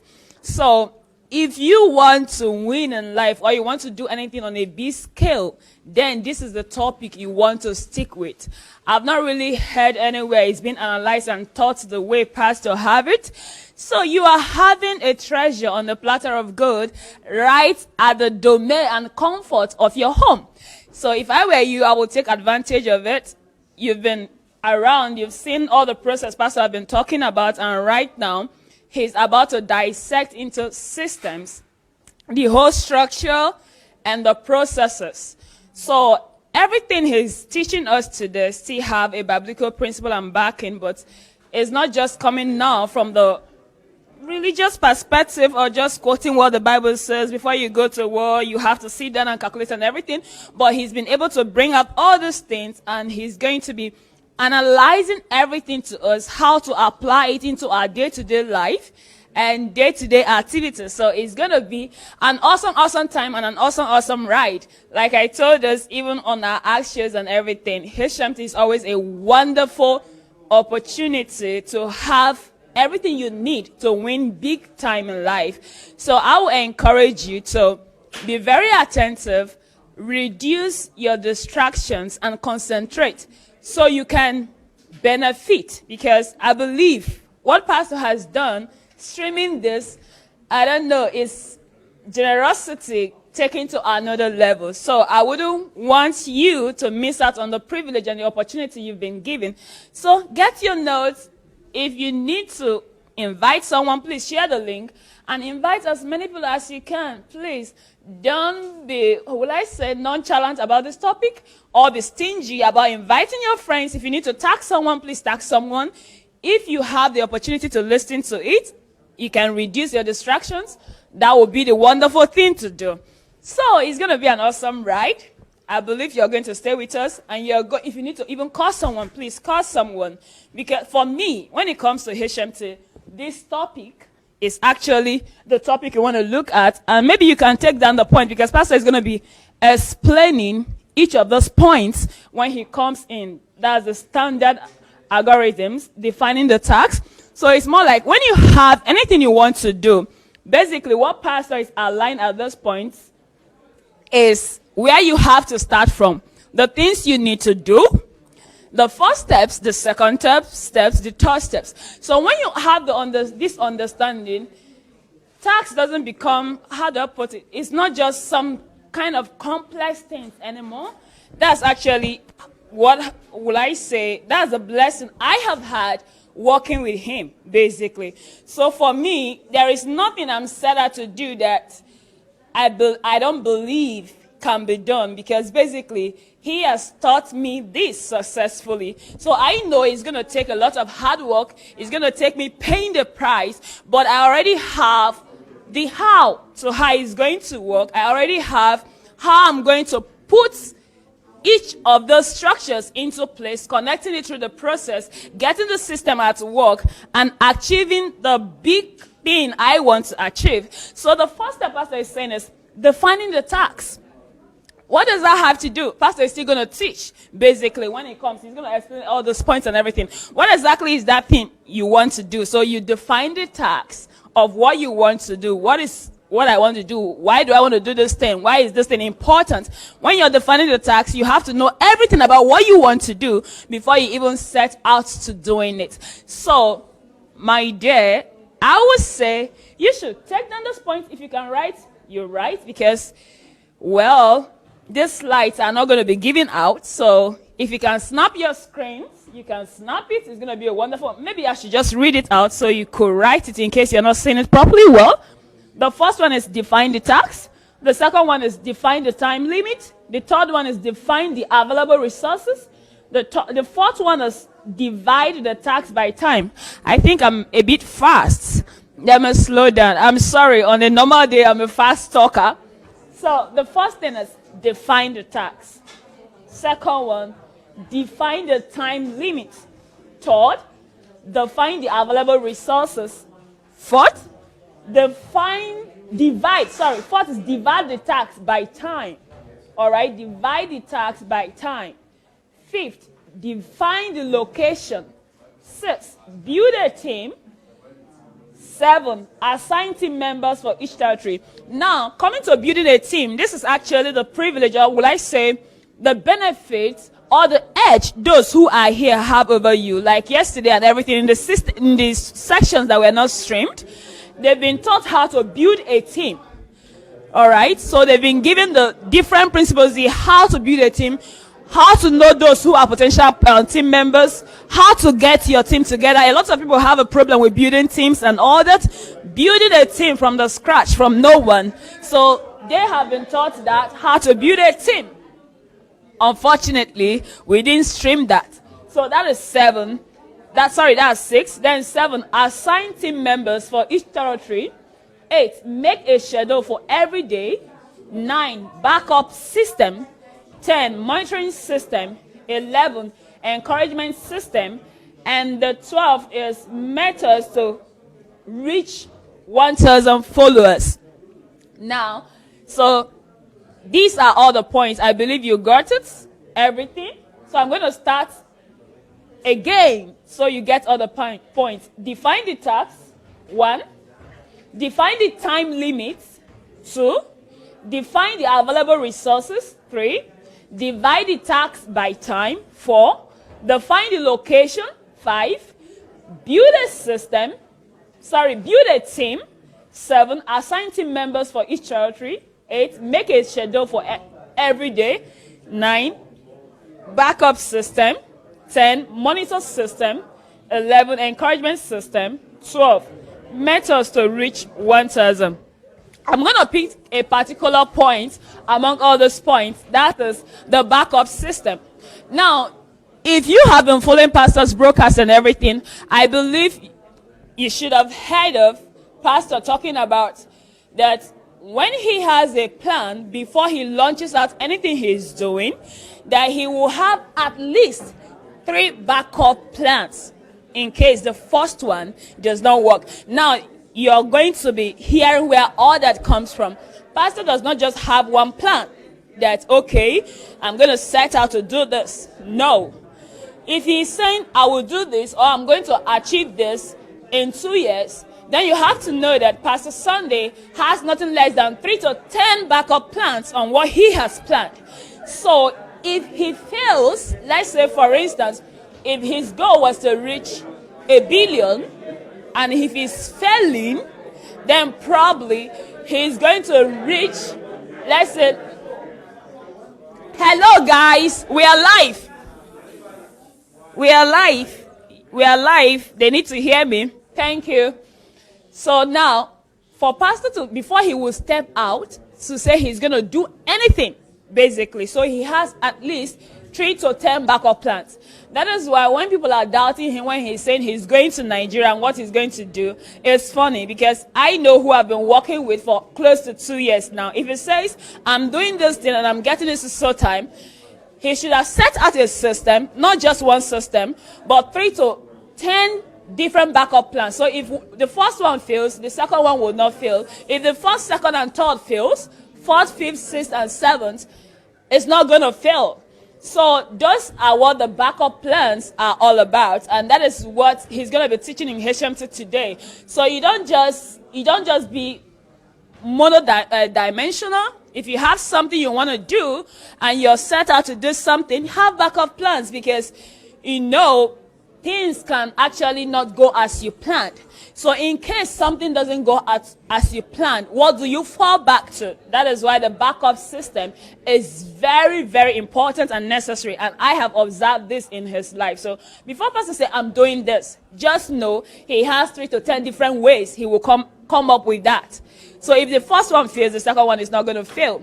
So as he has said that in 5 to 10 years, that Nigeria is going to be a place of envy. Guys, I want to let you know, just believe me, it's going to be less than 5 years. Why did I say so? As he has set that for 5 to 10 years, the system he has put in place is going to get him to achieve that in less than that time. It's more like if you've read Money Will Make You Rich and Everything, he actually gave himself 2 years to make his first million, but he did that, I think, in 6 to 9 months, he made his first million. That's the way pastor works. So he will set out the plan, the goal, then he has the backup plans, the different strategies. In case this fails, this will not fail. In case the other one fails, the other one will not fail. So the backup is very important.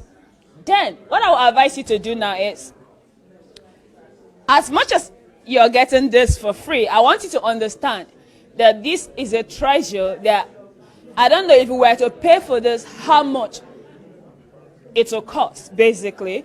Most times when we even pay to go for seminars, we don't have this kind of content. So we are about to start. Pastor is here. Keep watching and you're going to be tremendously blessed. Bye. Let's join Pastor. Welcome, everybody. Thank you. You did a good job. You are able to cope. It means you have been taught well by Pastor Sunday. You are a good student.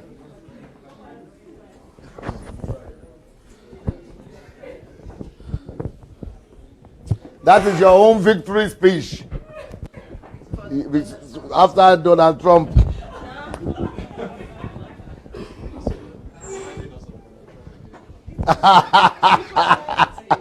Huh? Rioting. Yeah.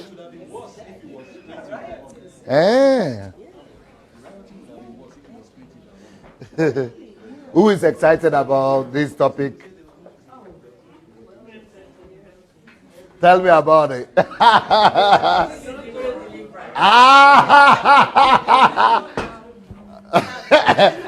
How many demons were cast out?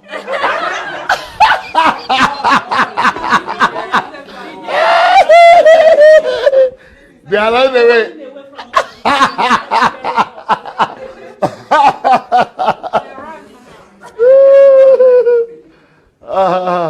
Where is the microphone?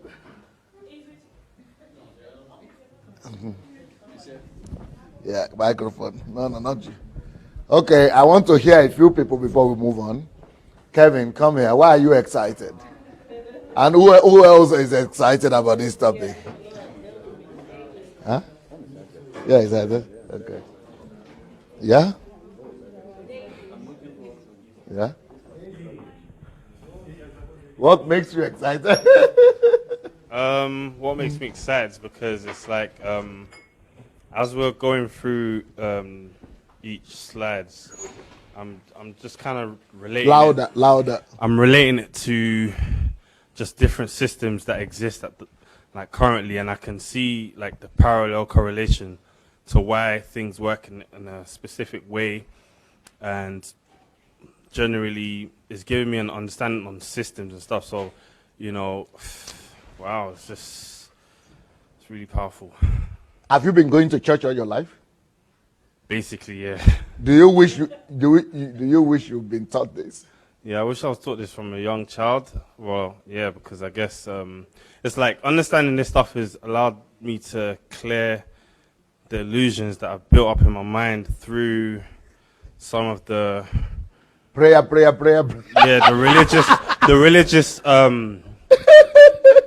the religious dogmas that's been blasted into our minds since we've been young. It's just helped me to be able to see things clear. And I think that's great. Hello, Caroline Shrunka. I've been here before and I've heard this, but I mean, obviously you can't get everything in just one sitting. But the thing that hit me this time was the fact that if you can understand the principles behind a certain system, you can fix it. And we have so many broken systems. We have so many broken systems. And I just realized, like, this is the answer. Like, you're always wondering, okay, God, this is an opportunity to fix problems, like we heard yesterday. But how? Like, how do we do this? And this is the answer. I don't know why it just clicked now, but the fact that if you can learn the fixed principles of a system, you actually have the answer that everybody's searching for already. That's good. just sitting and, like he said, focusing your mind in that direction for as long as possible. Right. Are you excited? Yes, I'm excited. I'm excited, guys. This message has after listening to this message, there's no excuses for any of us today. To fail, yeah. Yeah, no excuses no more. We'll either fail because we don't know the principles, or we're too lazy to apply the principles. The two principles that stood out to me the most is sitting down and planning, which is 75% of your time. Of success. Yes. Of your chance to succeed. 75% of your possibility to succeed is dependent on that, yes. Yes. And also number two is, a lot of us do research, but we don't do research long enough. So we could have read Money Won't Make You Rich, and we just read it once and we think we know it all. Sometimes you might have to read it 30, 35 times until you know it. And how do you know you know the it? Patience of mind, concentration. Yes. So that's what stood out to me. Thank you, Pastor. Who else says he's excited? Share. Yeah.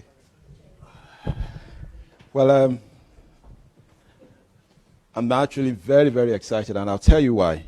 I believe that this particular segment that we're about to go into, I got a little info from Doctor, how we actually use it to actually build his practice. I wonder why he's here again. Probably wants to build more. Now, so I'm excited because we're going back. And like I said, we came here on purpose. And the whole plan is to actually go back and begin to apply what we have learned here. Uche, you want to come as well? To keep, to hit the ground running. So the system that we're about to learn, the principles and everything, we see the church as a system. And then we want to reach out and begin to connect structures outside the church wall through the processes that we're going to learn here, so that we can begin to reproduce. That's on the church level. Now, personally, I believe that the ministry that I operate in is a system also. And I believe that this is actually going to make it increase. And that's the reason why we're here. Amen. And in addition to that, even in my own professional life, I believe this can actually work. Amen. So I'm excited. I'm just looking forward to this segment. You are from Nigeria originally? Yes, I'm from Nigeria originally. What can we do with that country if we get as many people as possible to quit living by superstition and begin to live a definite, predictable life like we are teaching now? If the country gets this message, well, or the churches. Basically, Pastor Sunday, we can fix everything. What's going to happen is this. We're called a developing country. And you said something about developed country. The reason why it works is because there's a system in place. And you also say that these systems are replicable. We can multiply them. So all we need to do is just to go back there and establish this system. And we'll expect to get the same result that we currently have here. It's as simple as that. Are you seeing hope for the African continent, for Nigeria? Yeah, there's. Because I'm going back there. Oh, there's hope. There's hope for Nigeria. There's hope for Nigeria. What do you think our school system have been doing? What job have they been doing if we have not been bringing this enlightenment to people, even our churches? Because I don't think our people have been taught like this. That's why they've not functioned that way. One of the major differences that you notice between the schools in the developed country and developing country is the fact that in the developing country back in Nigeria, basically what we do is just theory because the system is not in place. Now what they do here is what you call practical. They actually have a system in place. So when we go back there, it's just one of the things that can be changed. You know, the orientation and the system. The system as a whole. The system as a whole. So it's all connected, Pastor Sunday. Everything is connected. But you see hope. Oh, there's great hope. For the continent, for the country. There is great hope. There's great hope. You know, there's great hope. There are a lot of things that we've learned here in the developed world that we can actually apply back at home as professionals. Okay, Uche, you are the one who wanted me to talk about this topic before going home. Yes, sir. Before you go home tomorrow. I wanted to do it tomorrow, but what is the benefit to you? I want to thank you, first of all, for agreeing to do it today. Thank you very much. Because the reason I came was to learn how to build systems. I must have said that like 1,000 times now. But that's why I came. Because I know from some of what I teach environmental management systems. Okay. But for me, and it's a shame really, because I had locked that up in a box and said, okay, that's for environmental management, and that's for me to teach. Okay. I teach it, I implement it in organizations, but I have not sat down to say, actually, a system can also be developed for self-management, to manage your business or to arrive at a certain goal. But I'm beginning to see that, or ministry even, you can develop a system to grow a church, and it's not church growth it's not mystical or magical. Okay, so you know where you want to get to, and you have building blocks that you can put in place to get there. So the benefit for me is that I now know that I can predict where EcoGreen International, which is my business in Nigeria, I can predict how many courses will run next year, because I will build a system by determining the task, first of all. You're going to talk about all those, but I can go through those steps, and I can say with a certain degree of certainty, based on the effectiveness of my system and my diligence in applying it, that this is what I would achieve next year. So you are actually basically agreeing with the concept that life is predictable. Oh, yes, sir. Yes. Not just business is predictable, but life. Life is predictable because systems can be built for any area of life. Now, I asked him a question. Do you see any hope for the continent of Africa and for Nigeria in particular? There is hope, yes. And the hope is based on the fact. It's based on the principle that principles do not respect persons. Principles or continents. Or continents, or places, or locations. If he works, if he works in England, it will work in Afghanistan. Okay, if you succeed in teaching a monkey to drive a car, it will drive the car. The car won't say, oh, it's a monkey, therefore I won't move. No, if the monkey does the right things, the car will move. So so there is hope for the continent of Africa. If we learn to do the right things, put the right systems in place, we will be able to predict our future, and we can get there.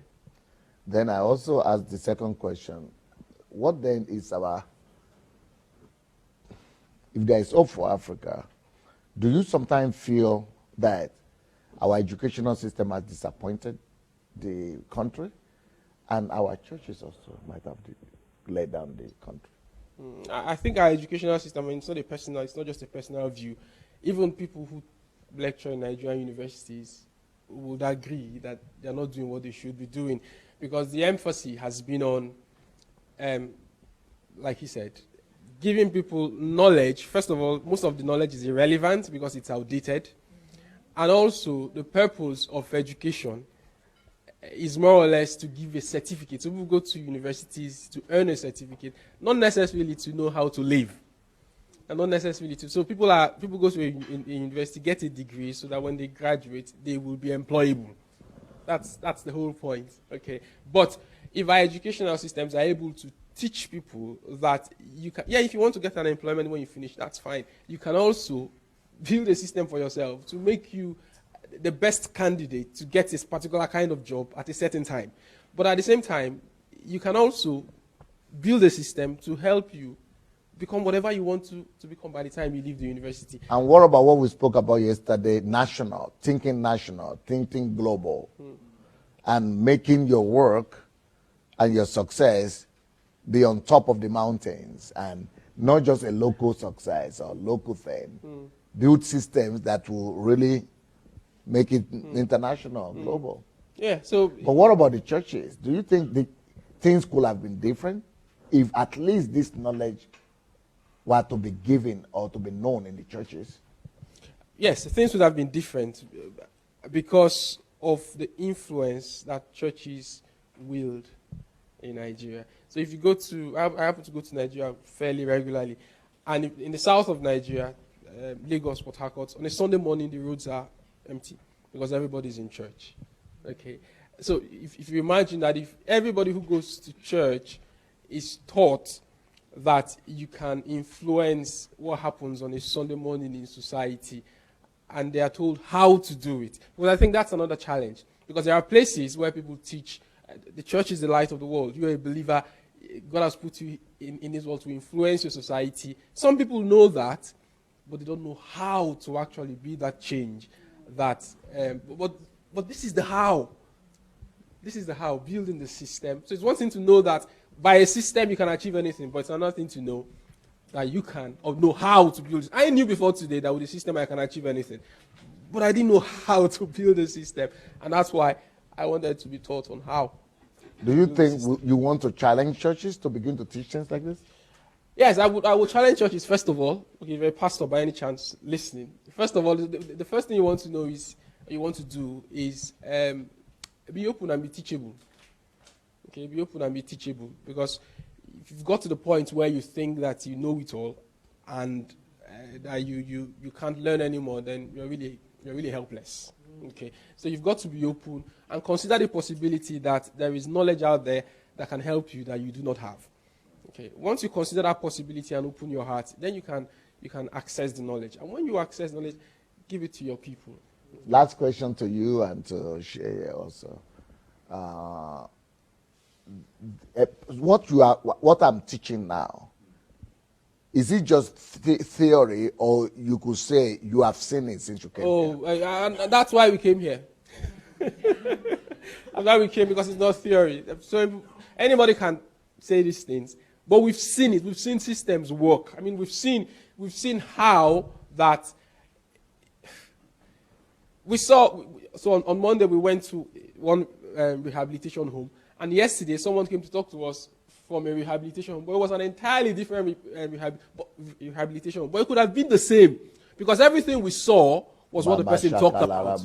Okay, so there nothing was left to chance. Nothing was. You're not put in there and told, okay, go and try your luck. If you succeed, you succeed. No, but you're given something that is written down. It's concrete. There are structures put together into a system. There are things you can do, and you can more or less predict your success. So yes, we have seen systems work in this place. So this thing does work.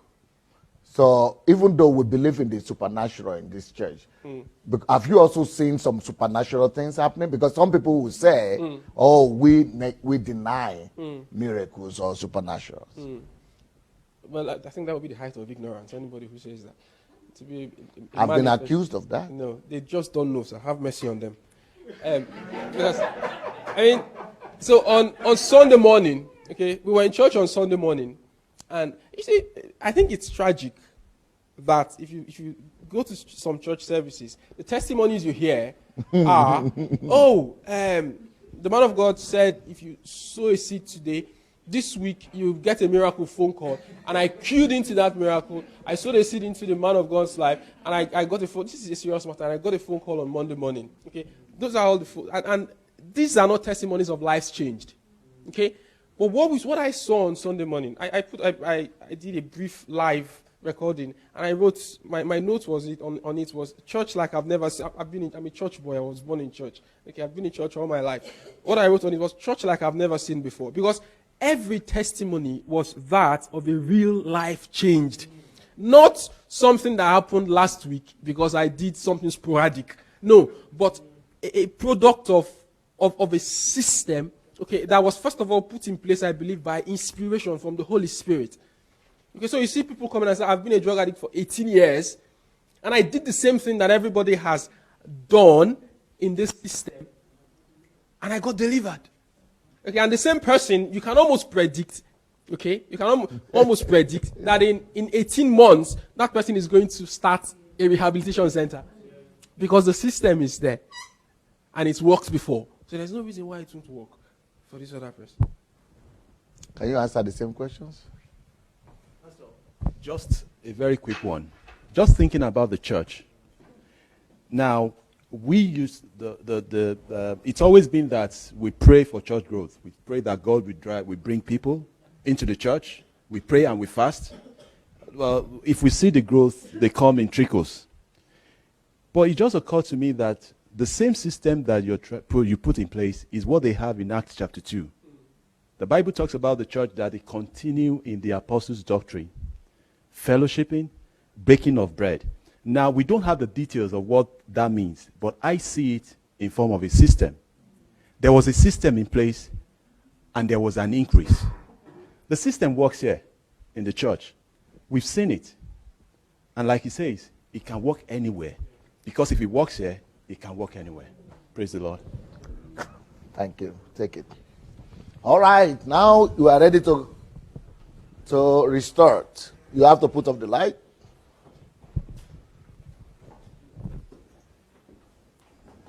So how do you build a system? This is what we call algorithm. You know, algorithm, like the formula, is you get the principles. So what I'm going to give you today is just a general principle that will guide you, just guide you. You might be having different callings, different challenges, different tasks that you want to resolve and confront. But this will just give you a holistic, general approach into building a system, because this is going to be like working with people. Let's say you want to reach out, you want to reach 1,000 people a year, or 10,000 people a year, or 1 million people a year. It doesn't matter. So let's take 1,000 or 10,000 or 1 million. But the principle is still the same. You will still achieve something. Or let's say even it's not people you want to reach. Let's say it's $1 million you want to get in one year. It's the same principle. So, but the principle will be different in the sense that, I mean, the actions or whatever you are going to apply might be different, but the principles will give you understanding of how to deal with anything you want to deal with in future. So the most important thing you must know is that you must first of all study that area of life,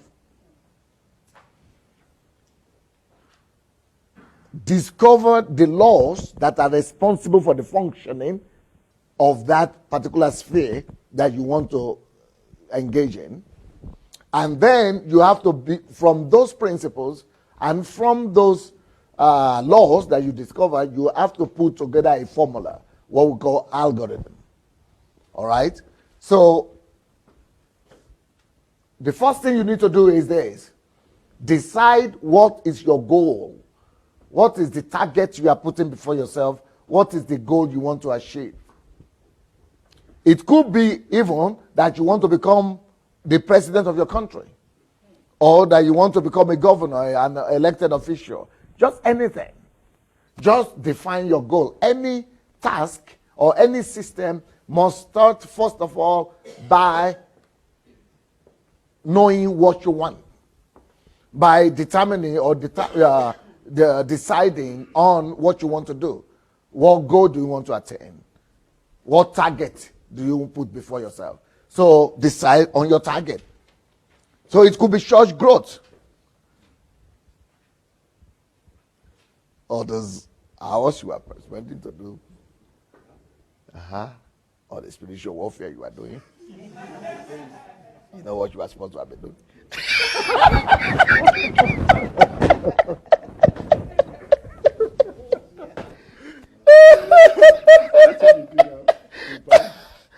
and lose. Make everything mystery, just mystical. How does it go? It will give you church growth.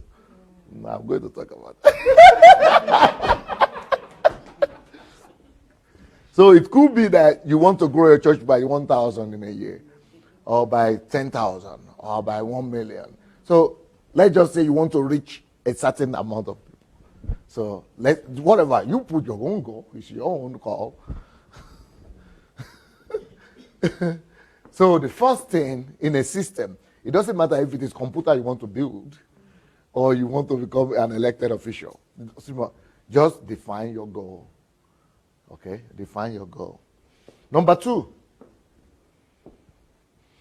once you define the goal, I don't know, I'm not sure about the interpretation here, but my own language might be more trustworthy.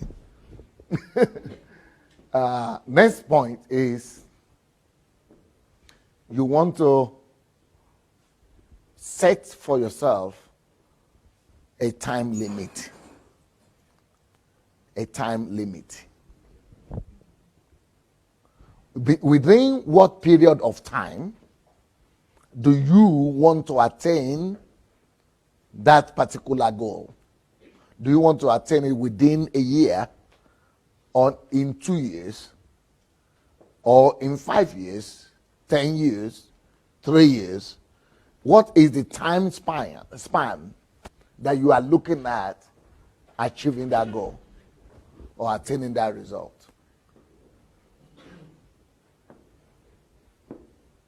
So let's say you want to touch 1,000 people, you want to bring 1,000 people to your church, or touch 1,000 people in your city, or for your business in 1 year.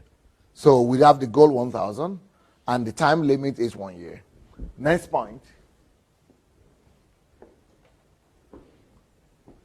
Next point in the algorithm is you must sit down and analyze your available resources. You must answer yourself questions on what are the resources that you have already. What are the resources that you have available that you can fall back on? What are the resources that you have available that you could fall back on? Some people will answer me immediately and say, Pastor, but what about if I don't have enough resources? Or I have limited resources? So let's take that scenario. Let's take the worst scenario, the worst case scenario, that you are the most unlucky person, the most unfortunate, that doesn't have anything, no connection, no money, no long leg. Let's just assume that you don't have members at all. You don't have leaders. You don't have members. You don't have building. You don't have anything. You just have yourself. No, let's say you don't have a wife. When I came here, I was not having one. I was all by myself.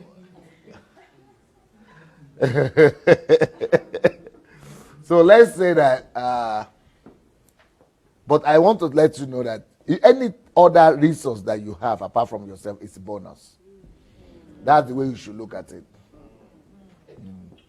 Any other resource you have is a bonus. In fact, let's get to a place of even thinking that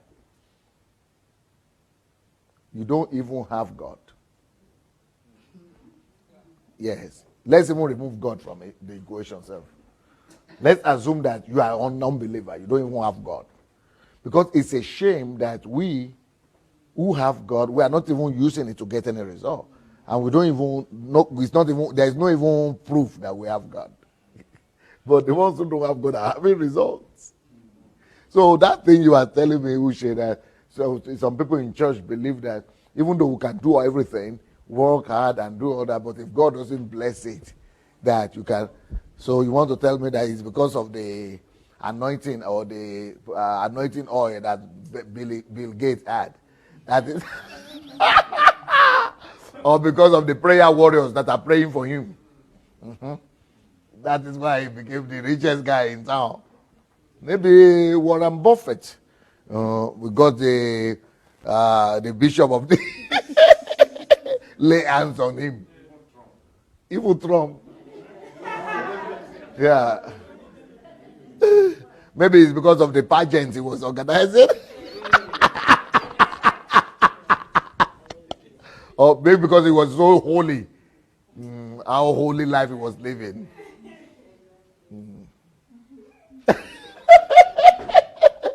What did you say? I was going to say, just looking at some Facebook posts today after the results were announced, and this mindset is so prevalent in Nigeria because some people are already, a friend of mine posted and said, oh, in this life, Greece is really all you need. Tom. Oh my show, yeah, that's the real. That is the real answer.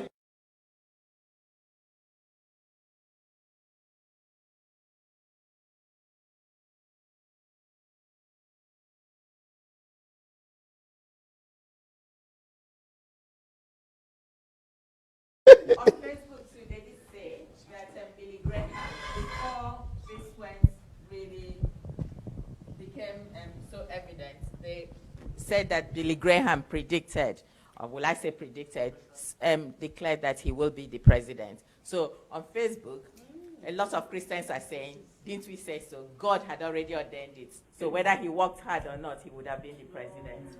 Let me now tell you the truth. Let me now tell you the truth. Billy Graham, forget about it because he is sick. But his son is the one heading the ministry now. And his son is Franklin Graham. And he's the only Christian in America that is against Trump. Openly. All other ones are supporting him. But he said he cannot support him because of the integrity of his father and their name.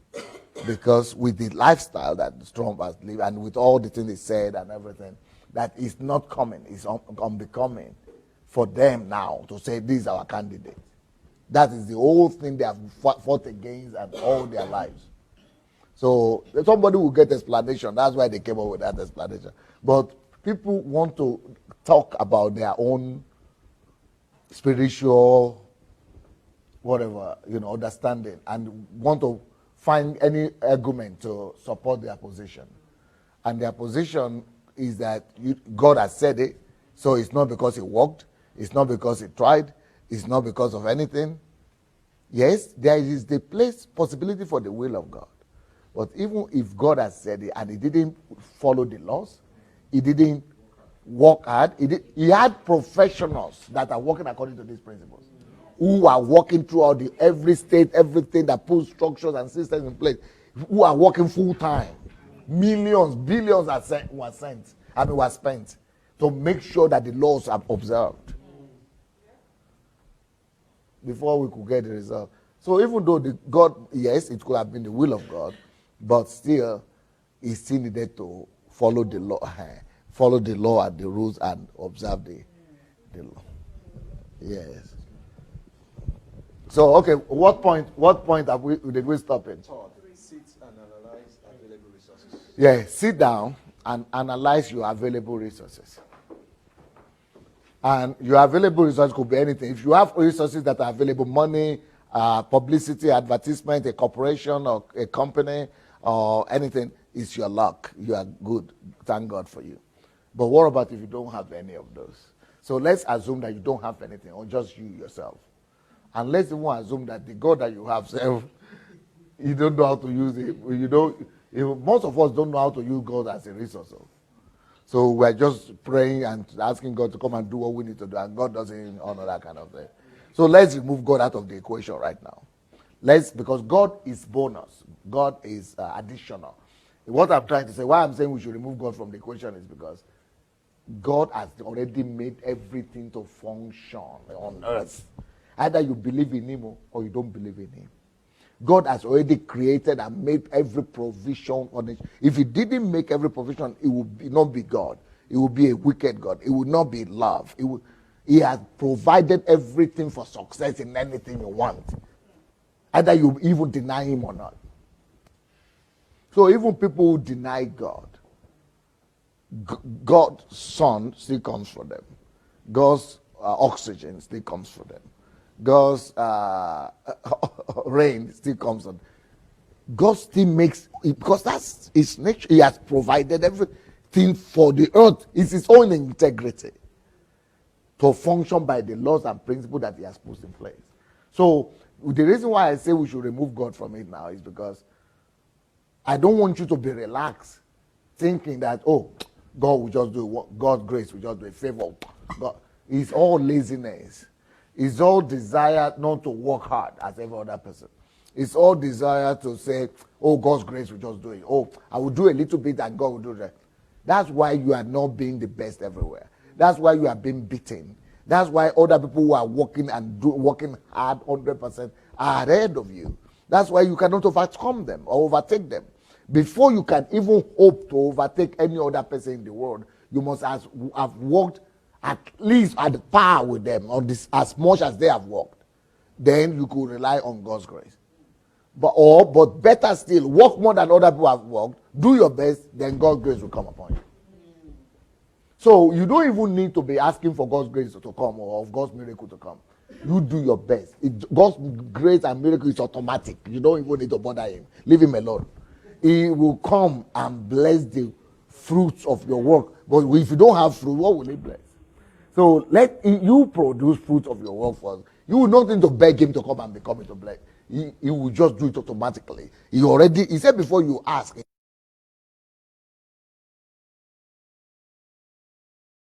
Giving you what you're asking. So you don't need to be begging God and making him look wicked, as if you are begging and he's not listening. Don't make God so mean like that. So leave God alone. Let's find out what you are doing first. So, what are the greatest resources that you have? What are your greatest resources apart from God? Your greatest resource is you. What does that mean? And how do you use that resource? That is one of the most important questions that you'll be able to answer today. You as a resource is more important than money. You as a resource is more important than connection. You as a resource is more important than what you have, your house, your car, your members, your organization, and any other physical possession that you have. You as a resource is important on how much capacity you have been able to build inside yourself. So you as a resource is first of all measured by your level or your height of capacity inside. That is why what makes you valuable is your depth, your understanding, your capacity inside. So you as a resource, you are only valuable by how much value you have added to yourself and how much capacity you have been able to build into yourself and inside yourself. So, for example, let's share. Please, can you start? I'm going to use you as an example. Don't be angry at me. If you look at him and me and him, he looks more handsome than me. So why is it that it's not him you know and it's me you know? He's taller. He's taller than me. Why is it that it's not him because of his height that you know and it's not me that you know? It's not me that you know, but him that you know. He's slimmer, more healthy. Why is it that it's not him that you know because of his healthy look and not me?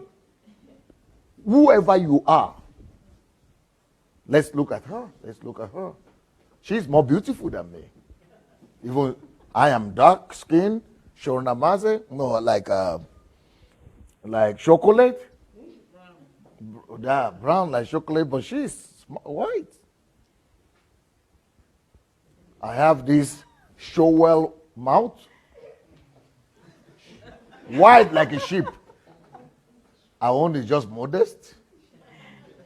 I have my nose everywhere going all directions.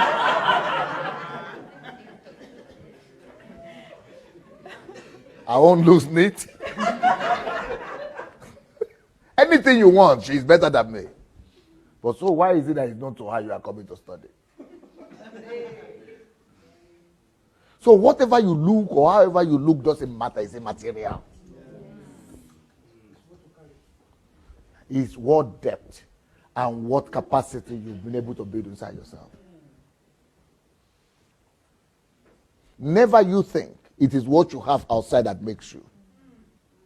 It is what you have been able to build inside that decides who you are.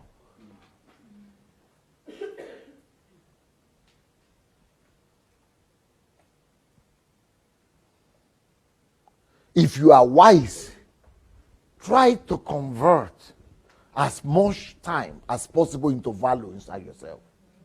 Try to convert your time into added value. So, for example, every one of you has a boss. You have a boss, maybe if you have people you are working under, somebody who's paying you salary. Why is it that you is the one that is the boss, not you? It's because of the value that the person had added to himself, created in himself, capacity. Your life and your quality, your value is dependent not on what you look like, what you wear, where you are, or you how, or you do. Your value is dependent on how much capacity, how much depth you have been able to create inside of yourself. So your resource is either limited or unlimited by what value you've been able to create inside yourself. If you like the way I speak, and you think, oh, that man speaks with authority, it's because I had converted time to develop that skill. And if there's anything that you lack right now in yourself that you don't have, it's because you have not spent the currency of time. You have not converted time to get that thing. You have not given out some time to get in exchange that skill to speak. If there is something that I know today that you don't know, it's because I have spent time giving away time to get that knowledge. But you have not given away the same amount of time to buy the content that I have. If there is a skill that I've developed, it's because I've spent time. I've given away time developing that skill. Why you have not? I don't know what you are doing with your own time. That is why when that pastor, brother, doctor, yesterday said, when he came back from here, he went back and locked himself in a different apartment, different room for 3 months. He was converting that 3 months into added value. He was creating himself. He was creating a new content in himself with what he got from here. It's not just important that you heard. You heard maybe for a certain amount of hours, maybe for 5 hours. But when you get up, if you spend another 50 hours reversing them, that is what now creates the content you will carry. So you yourself, you are the greatest resource in life. Have you added value to yourself? Have you created content and capacity in yourself or not? Or you are just carrying your body everywhere empty? You are just empty. The only thing that is in that body is potatoes and pineapple. Some cow and some meat and some chicken. That's the thing you are carrying about everywhere. So if you open your mouth, only it will come out over there.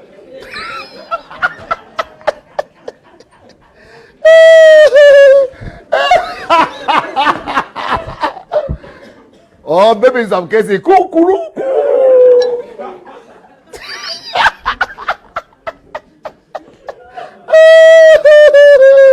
Those are the only values you have added.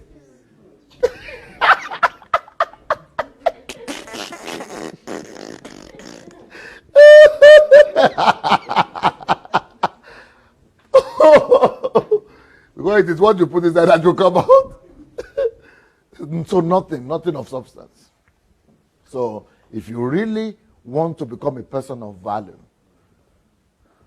please take time. Okay, now, there is none of you that has an excuse. Because now I've put so much information out there on the internet, on my Facebook, on my blog, in YouTube, even my own resource alone. I guarantee you that. If you will dwell on my resource alone, listen to all of them, like 10 times each or 4 times each, you will be in the 1% of the top people in this whole world. Because there will be you will hardly meet any human being that will be as smart as you.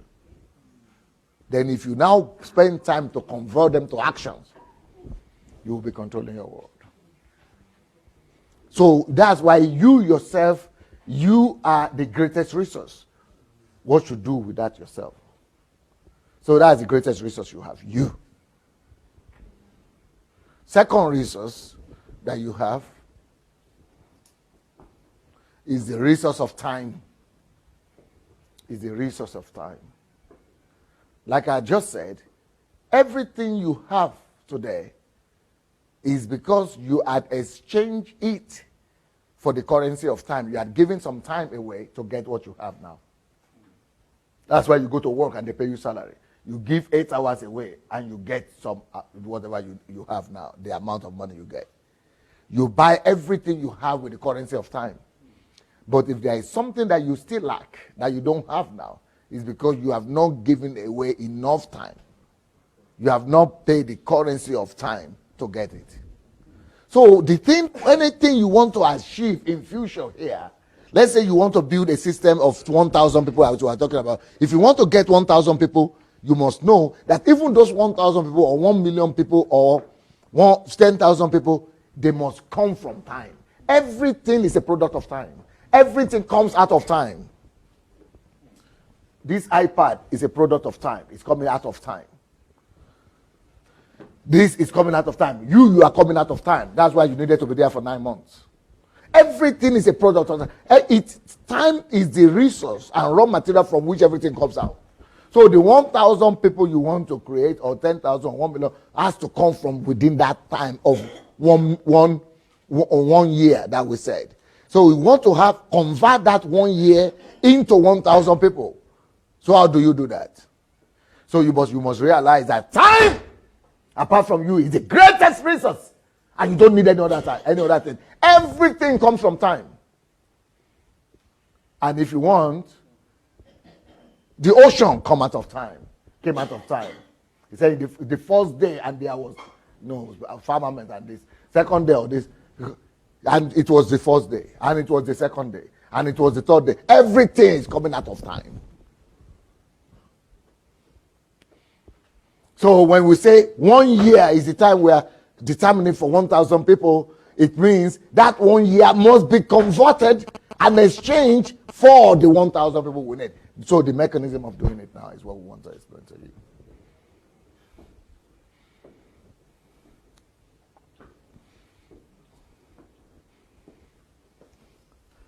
Pastor Lemmy, you are getting blessed. I could tell. Give that thing to him. It's like you are enjoying the class. Very well, sir. I'm enjoying the class. Like I said, I don't know. I'm okay. I'm fine, sir. I'm fine. I'm fine. Overwhelmed. Really. This is where this is what I wanted since all these days, and I've gotten it. And it's okay. It's okay. Thank you, brother. He's very satisfied. Not satisfied yet. We are still going on. Next point. So know the importance of time. If you want to know more about time, go to my series on Facebook there, on my YouTube or blog. You will see the series on time and conversion. They will help you. Now, next point is number 4. That time that I just spoke about now, you remember it's a resource. And things come out of it. So, even without you begin to use time, you must now know how to use time as a product. without even the time coming yet. You remember everything has to be done by planning. You remember the 75%? So you have to plan this time before you begin to work it out, before the time comes. Sit down. What we are doing now is we are going through this whole list of algorithm and we are planning it. So you must sit down and plan the time for the productivity, for the goal that you want to achieve. So if the goal that you want to achieve is 1,000 people in a year and the time you have is a year, what do you therefore do? You take that goal and you take the time you have and divide the goal by what? Who said? By the time you have, by the available time. Let's say you have 1,000 goal people. So what do you therefore do? You take 1 year. 1 year could be called is what? 1 year is 12 months or 52 weeks or 365 days. Which one will be more practical to use so that you will be able to act it out easily?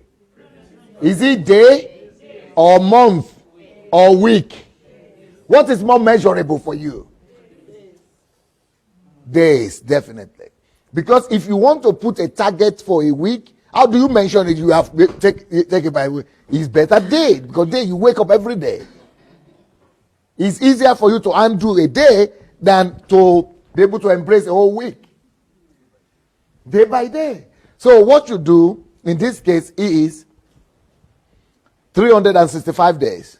Let's divide it by, let's divide our goal, 1,000 by 365 days. Let's give ourselves, because every day might not always be, let's say, just take midweek, Monday to Friday. Then we will have Friday, Saturday and Sunday as our extra days. So, backup plan. Or never plan everything immediately. Never plan everything. You always have some space so that you might be able to maneuver. Let's say you fail or default in 1 day, you'll be able to use Saturday to cover for it or Sunday to cover for it. You understand what I mean? So don't plan everything. So let's just plan for 5 days. If you divide, that will be 270 days, I think. Yeah, 2,070 days by 1,000. That will end you with having 4 days or 3 days. 3, that would mean 3 days, 3 point something. Huh? Yeah, 3 days, 3 people in a day. So it means if you want to get, is it 3 people? 3 people, yeah. 3 to 4. Let's say 4 people. Let's say 4 people in a day. So if you want to just use Monday to Friday, that's 270 divided by, divided 1,000, your goal, divided by the amount of time you have. Why is it important that you divide the time? You divide not the time. You use time to divide your goal. Why is that important? How will it be measurable? Huh? So basically what you're saying is if you end up with 4 people per day, yes, that means you're looking at least coming in contact with at least 4 people per day, yes, or influencing the lives of 4 people per day. Yes. And that's measurable. So you know if you don't do 4 per day, you know that you have actually missed out. That's good, but let me say why will you need to divide it. The reason is that I have 1,000 people before me. That's my target. If I just leave it like that, for 1,000 people, I will be scared. It's overwhelming. Yeah. So where will I even start from? How? 1,000 people, where will I run to? A system allows you to simplify any task, no matter how complicated it is, and make it realistic and measurable. So you know that the only resource you have now, for example, let's say you have other resources. Let's say you have 10 people in your church. That will make it easier. Then you can still take those 1,000 people, divide them by not just time, but divide it by the time and divide it by the people too. So if you have 10 people now, you could now say those 10 people, you can now take the same, first of all, divide the 1,000 people by those 10 people, and then divide the time. They have less time to spend on resolving that something. So anyway, but we'll still go to that one. So let's say, if I just say I have 1,000 goal, where will I run from? I will just be saying, okay, we're going to do advertisement, or we are going to do television or radio, but it's not measurable that I am getting what result every day. But if I divide it by day, I can measure what I must do in a day. So I know that once I cover this ground in a day, my job is done for that day. And if I will cover the same ground and do the same job every day, by the time 1 year is over, I will just discover that 1,000 that I thought.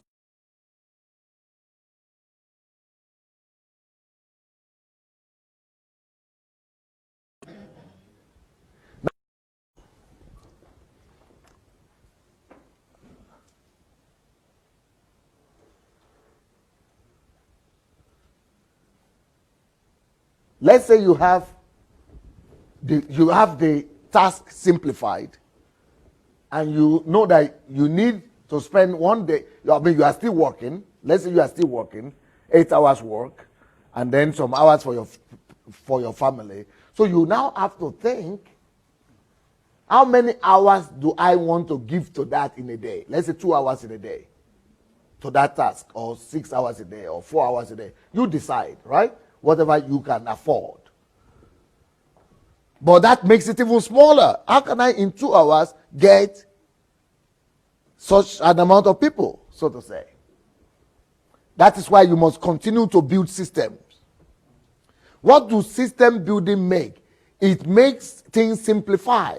Continue simplifying the thing you are having before you.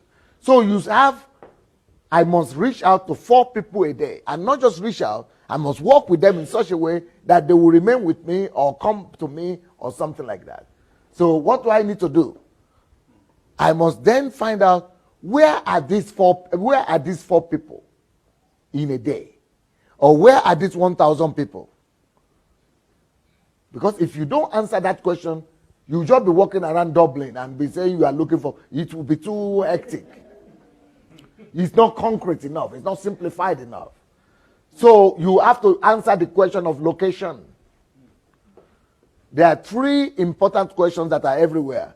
What, where, and when. Or what, when, and where. You understand that? So what is 1,000 people? When is time 3 per day or 4 per day? Where is now what we are answering. Location. So, for example, you have to answer yourself, where? Is it women that I want to discover? If the women, then it's easier for me to know where they are. Are they students that I want to get? If they are students, it's easier for me to answer where they are. Are they men? Do I want to get them in hospitals? Do I want to find them in dormitories? Do I want to say where in terms of geography?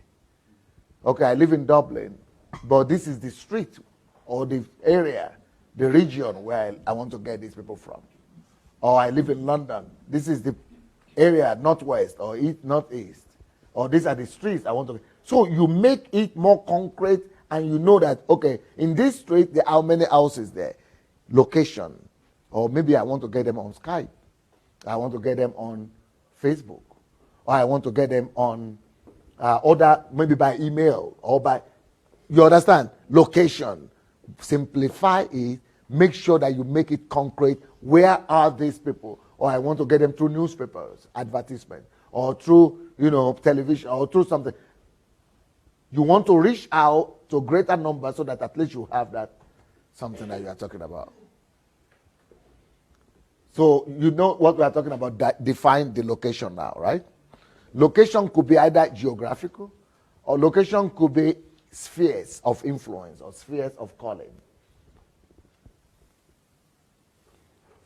Just where you'll be able to, something that will make it measurable for you and attainable to you. Next point. Since you need to find four people in a day, if you are smart, if I were you, if you are smart, what you do is that start with a team. It's a principle also. In anything you want to do, always build a team. And we saw that Jesus even did that. And he got 10 people, 12 people in his team. So you too. So what you should do is, like I said yesterday, go and resolve the problem. You already know the kind of category of people you want to minister to. If they are women, or if they are youth, or there's something, go and help that category of people. Help as many as you can. So let's say put a month to just you investing yourself to helping all these kind of people. And believe God at least for 4 people. If you believe God for 4 people, and you have to reach later on 4, and those 4 people become your disciples, and the 4 people become your team members, then you still need to be reaching 4 people a day. What do? Instruct 1 to reach 1. So another factor comes in. Before then, you didn't have the resource of team. Now, we are discovering that you have created for yourself another resource. Which the only resource you had before was you, your skills. And then the only other resource you had was time. So you use the resource you have, yourself and your time, and you created another resource, additional resource, which is team. And that team now has become a resource that you are now using to create the goal, to get to the goal that you want to get to. That's why those 4 people are now divided into 4 spheres. So you are now saying, okay, since we are reaching out to women, you are reaching out to women in dormitories. At least reach out to 1 every day. Of course, you will not reach out to 1. You will reach out to 4, 5, 6 or so. But at least 1 is recorded. And you are reaching out to women through social media. Social media, you will not reach out to 1. You will reach out to 1, but at least 1 is recorded. You know, you are reaching out to women in another location. You know you have the locations. Find as many locations as you can. You can find 4 locations, then 1 will be responsible for 1 location. If you find 8 locations or 12 locations, then you can give everybody 3 locations each, 4 of them.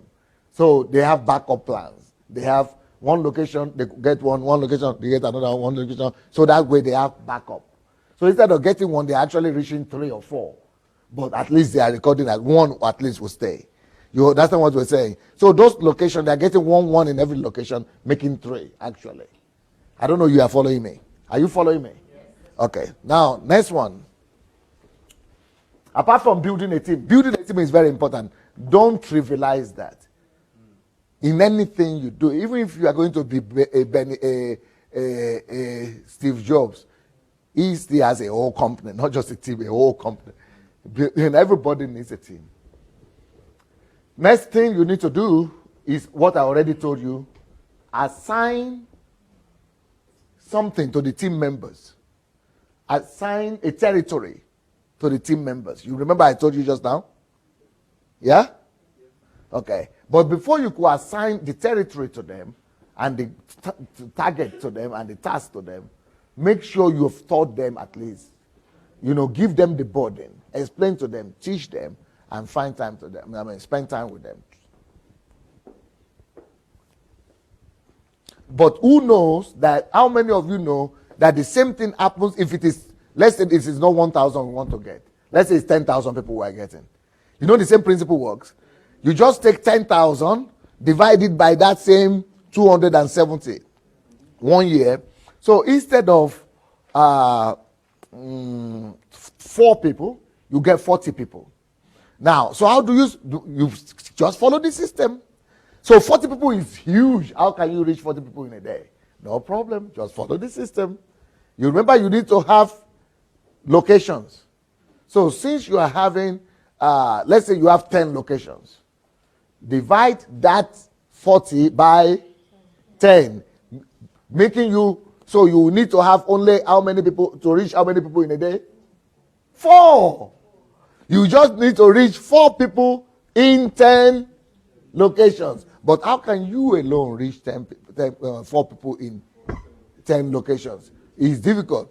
Go and reach out to anybody in any team. Go and resolve their problems, anybody's problem. Get 10 people. Since you need to, so form a team of 10, not just 4, 10 people. Since you need to reach out to 10 locations, your team of 10 members comes back to the same thing. You divide again 10 locations by the 10 people you have, becoming 1 each. I don't know if you follow. So it's the same thing. So it doesn't matter. That's why I was trying to tell you yesterday. The same effort it will take you to reach one local problem to resolve, you can use it to resolve national problem. So it's just like saying, I will not do 1,000, for example. I will go ahead and do 10,000 immediately. That, think big, think global, or I will not even do 10,000, I will do 1 million, for example. That's why you always dream big. It's the same, just use principle, use system. System doesn't care. If you can just sit down and build the system until it works, it doesn't really matter. Is it 1,000 you want to get, or 10, or 100,000, or 1 million? System beats anything. I don't know if you got it. That there is really no difference between 1,000 or 10,000. The system will just resolve everything for you. Sister Toyin, it's like you are cashing it. It's like you are cashing this thing. It's like you are really following this thing. Because I see so much satisfaction in her face.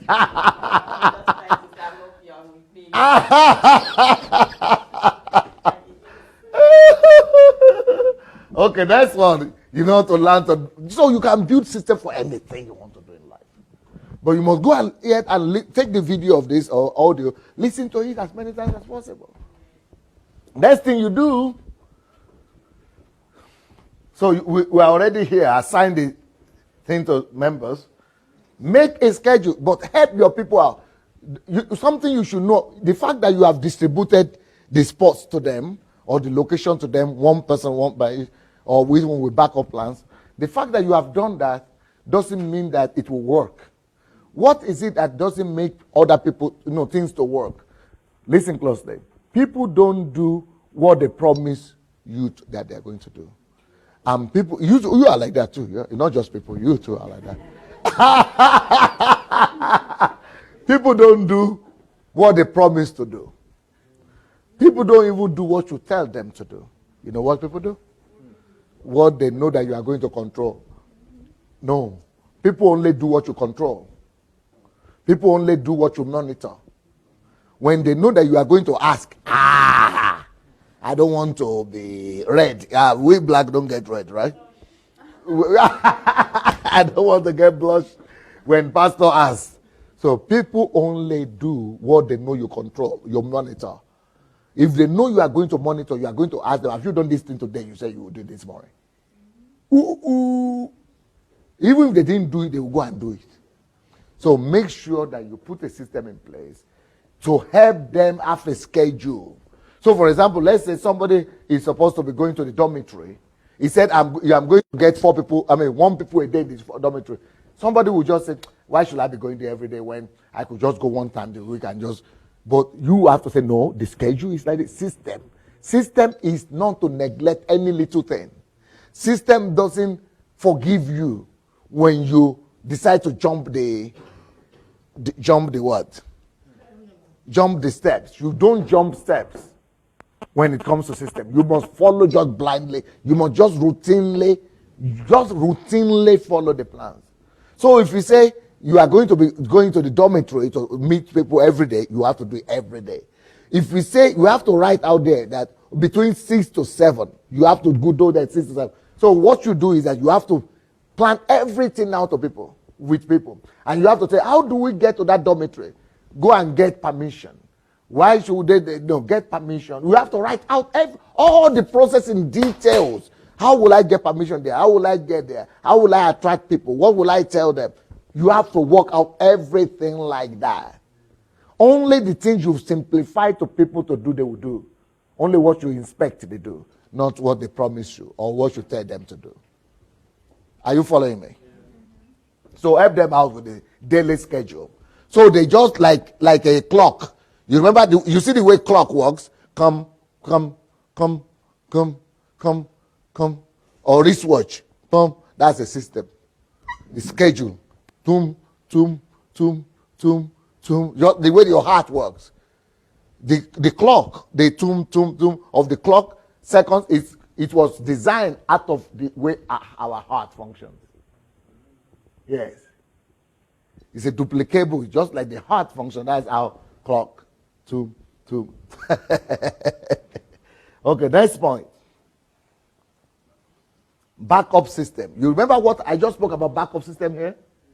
That instead of that only one location to be meeting one place, you can either do backup by location, more locations, or you can do backup by, instead of him to reach out to one, let him reach out to 3.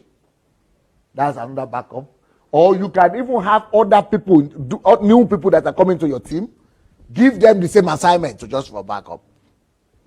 You understand? Or send them to the same similar place just for backup. So make sure anything you plan for, any task that you work, any system you work, any goal you put before yourself, if you don't have 3 backup systems, it's as good as you didn't do anything. It's as good as you didn't plan at all. So instead of you to just be satisfied by doing one plan without backup system, it's as good as you didn't do anything. Until you have 3 backup systems, you don't have plan. And you don't have system. Are you following me? Okay. Then, apart from the backup, look who came. Apart from the backup system, we are also supposed to have another thing, monitoring system. Monitoring system. You need to put monitoring system in place. You still need to monitor. Like I said, people don't do what they promise to do. And people don't do what they are supposed to do. People do what they are, not what they are asked to do. Huh? No, not what you tell them to do. What you monitor, or what you control. Yes. So there must be a mechanism. What do I mean by mechanism? For example, you have 10 members on your team. You know that on every Monday, this one is going there at 7 in the evening. You call him in the morning. Always monitor them by calling 3 times. You call in the morning. Hi, Andrew. You remember you're going out today to visit this boy? Oh, yeah, I know. Okay. Oh, 7 o'clock. I come back from work. I go. Okay. By 6:30. Hi, Andrew. How are you doing today? Oh, yeah. Don't just assume that people are responsible. It's the opposite. It's better for you to assume that people are not responsible. Then the 3rd time is when he finishes. Call him that after he's supposed to finish at 7 o'clock. You call him at 8 o'clock. Are you back? Call him to get report.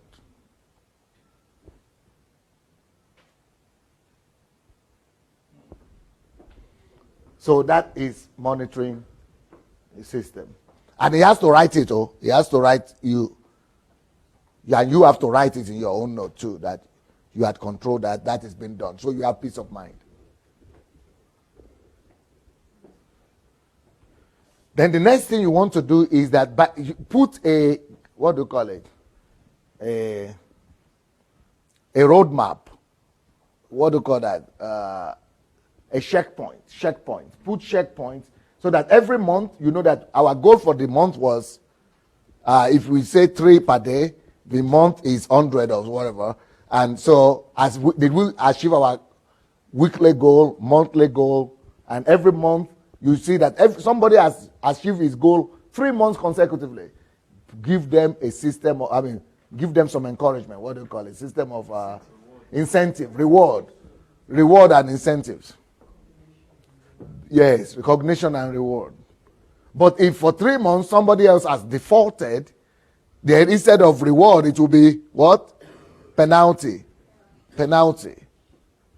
You have to replace him. You have to say, okay, thank you, you are good, you try your best, and put another person that will be efficient there.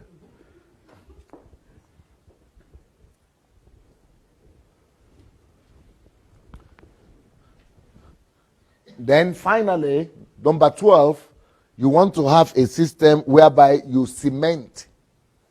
You want to follow up on those people. You want to cement those new people that are coming. You want to make sure that you, every Saturday, for example, or every Sunday, you follow them up, and you want to cement your result.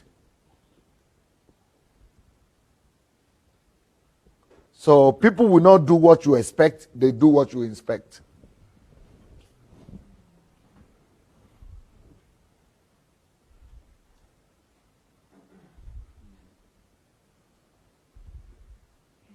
That's it. I put on the light and let me hear your feedback. Where is Sister Tony there? Yes. Sorry, it's not like I don't want to break from the book. Where the position of, because I do hear people talking of.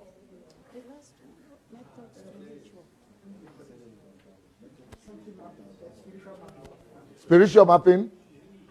Forget about it. It's a lack of time. I research Sheni.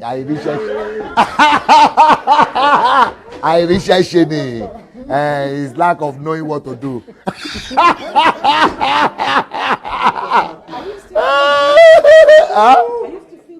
That you don't do spiritual mapping. I research Sheni. This one a map. If you want map, this one the real map there. Tell him what is Aisha. He doesn't know. It's lack of productivity. Well, lack of, not having What is something it? to do. Yeah. Is that what it is? Lack of lack of activity, lack of not having something to do. I think so. It's just because you don't have anything to do, so you are occupying yourself with something.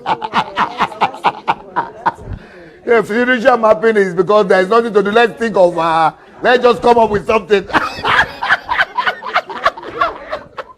That is what is a relationship.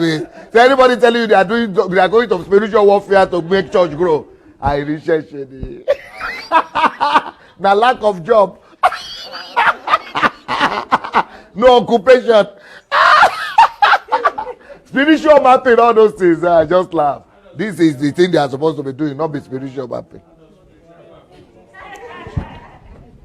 Okay, yes? Call question. You want to come? Where is Sister Tony there? She's gone. Anyway, anybody who wants to share? You may have answered this already, but how do you build a team when you're working with a product and it's not necessarily people with a problem, but it's maybe people with a common goal? It's not like changing a. Yeah, what you do is to cast vision before those people. Cast out the vision and let somebody say, you know what? He doesn't have any problem, but it's still problem. Like I said yesterday, people are looking for people to follow. And the reason why they will follow you is for them to know that you know where you are going. Paint a picture of the future. Paint a picture of tomorrow. What is going to have as a result if he follows. If you observe, tell him that tomorrow, in 10 years' time, we are going to be selling this company for 100 times the price. And everybody is going to become a millionaire. Or we are going to be saving 1 million people. And give them perspective, what to live for, what to expect, what are the reward for them, what are the expectations for them in future. Build expectation and expectancy. Now, what did you people gain from today? Or you are still asking me questions? If you ask me questions, you can ask me questions, but I also want to hear what you're taking for yourself. What did this do to you, or what did this give you? Sister Toyina, you are the wait for now. I want you to tell me what you are gaining from this one. What is this doing for you, to you? I just want to share my experience, just because I was privileged to be here in 2010. To attend this same HMT. Yes, 2010. He was one of the first graduates. And when I came, I had only 1 degree and a postgraduate diploma onto myself. I had spent 7 years doing one master's program, but I had not created time to finish it. So I came here and went through this, and I went back home and I was like, now, no more excuses, because I appreciated the value of time. I realized it was my greatest resource that I had on myself. Now, long story short is that between 2011 to now, I have completed 2 masters and I'm completing a doctoral program. So in 4 years, almost 5 years, I have done what I couldn't have done in 7 years. In 7 years. And it's not that I have gotten any leave, any leave days. I've been using only my weekends, and then reading in the night. So I've had to discipline myself that for the last almost 4 years, I only sleep for 4 hours so that I'm able to catch up on the time to read. So this that we are learning here of the system is extremely important.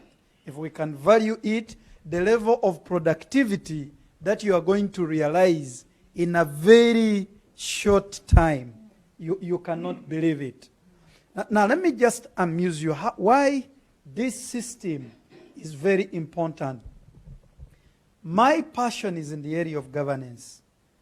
And recently, while I'm doing my research in South Korea, studying in the US, and I'm interested in communities, so doing community development, that's my area of interest.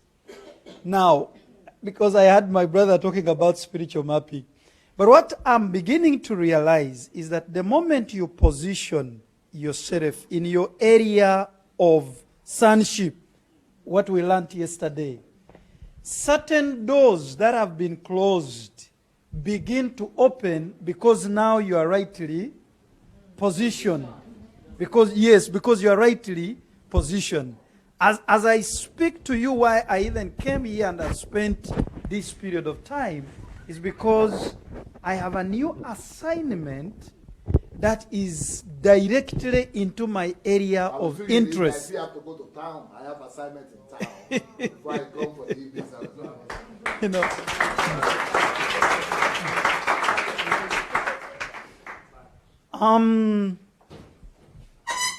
I have now just been assigned to oversee a whole national program to deal with how I'm going to market one of our greatest crops in the country that has a potential to influence not only the 40 million people in my country, but the entire world.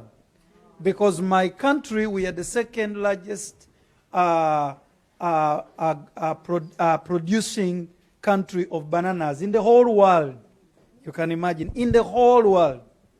And now I have the responsibility to market that product across the globe, both internally and and externally, as a tool to deal with poverty in the country. And that's my area of community development. Thank you so much. Sorry, we're not going to be able to take any other further contributions because our time is fast spent. So we're going to go into our lunch immediately, but unfortunately, we are going to have just 20 minutes for the lunch. So you're going to eat like a soldier. We are supposed to have 2 workshops, and the time is far spent. So yeah, beautiful. Can you get the message I sent you yesterday for the assignment? The one, yeah.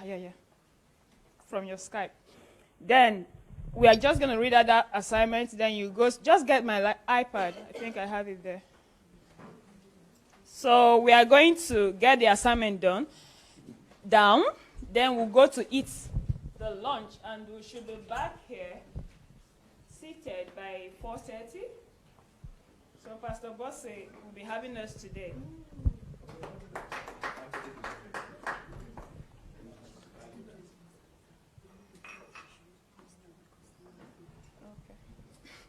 Yeah, beautiful. Harasha, sorry. So, and basically, what? Oh, okay. Не надо. Пожалуйста. Спасибо. Все закончила. Да, закончила.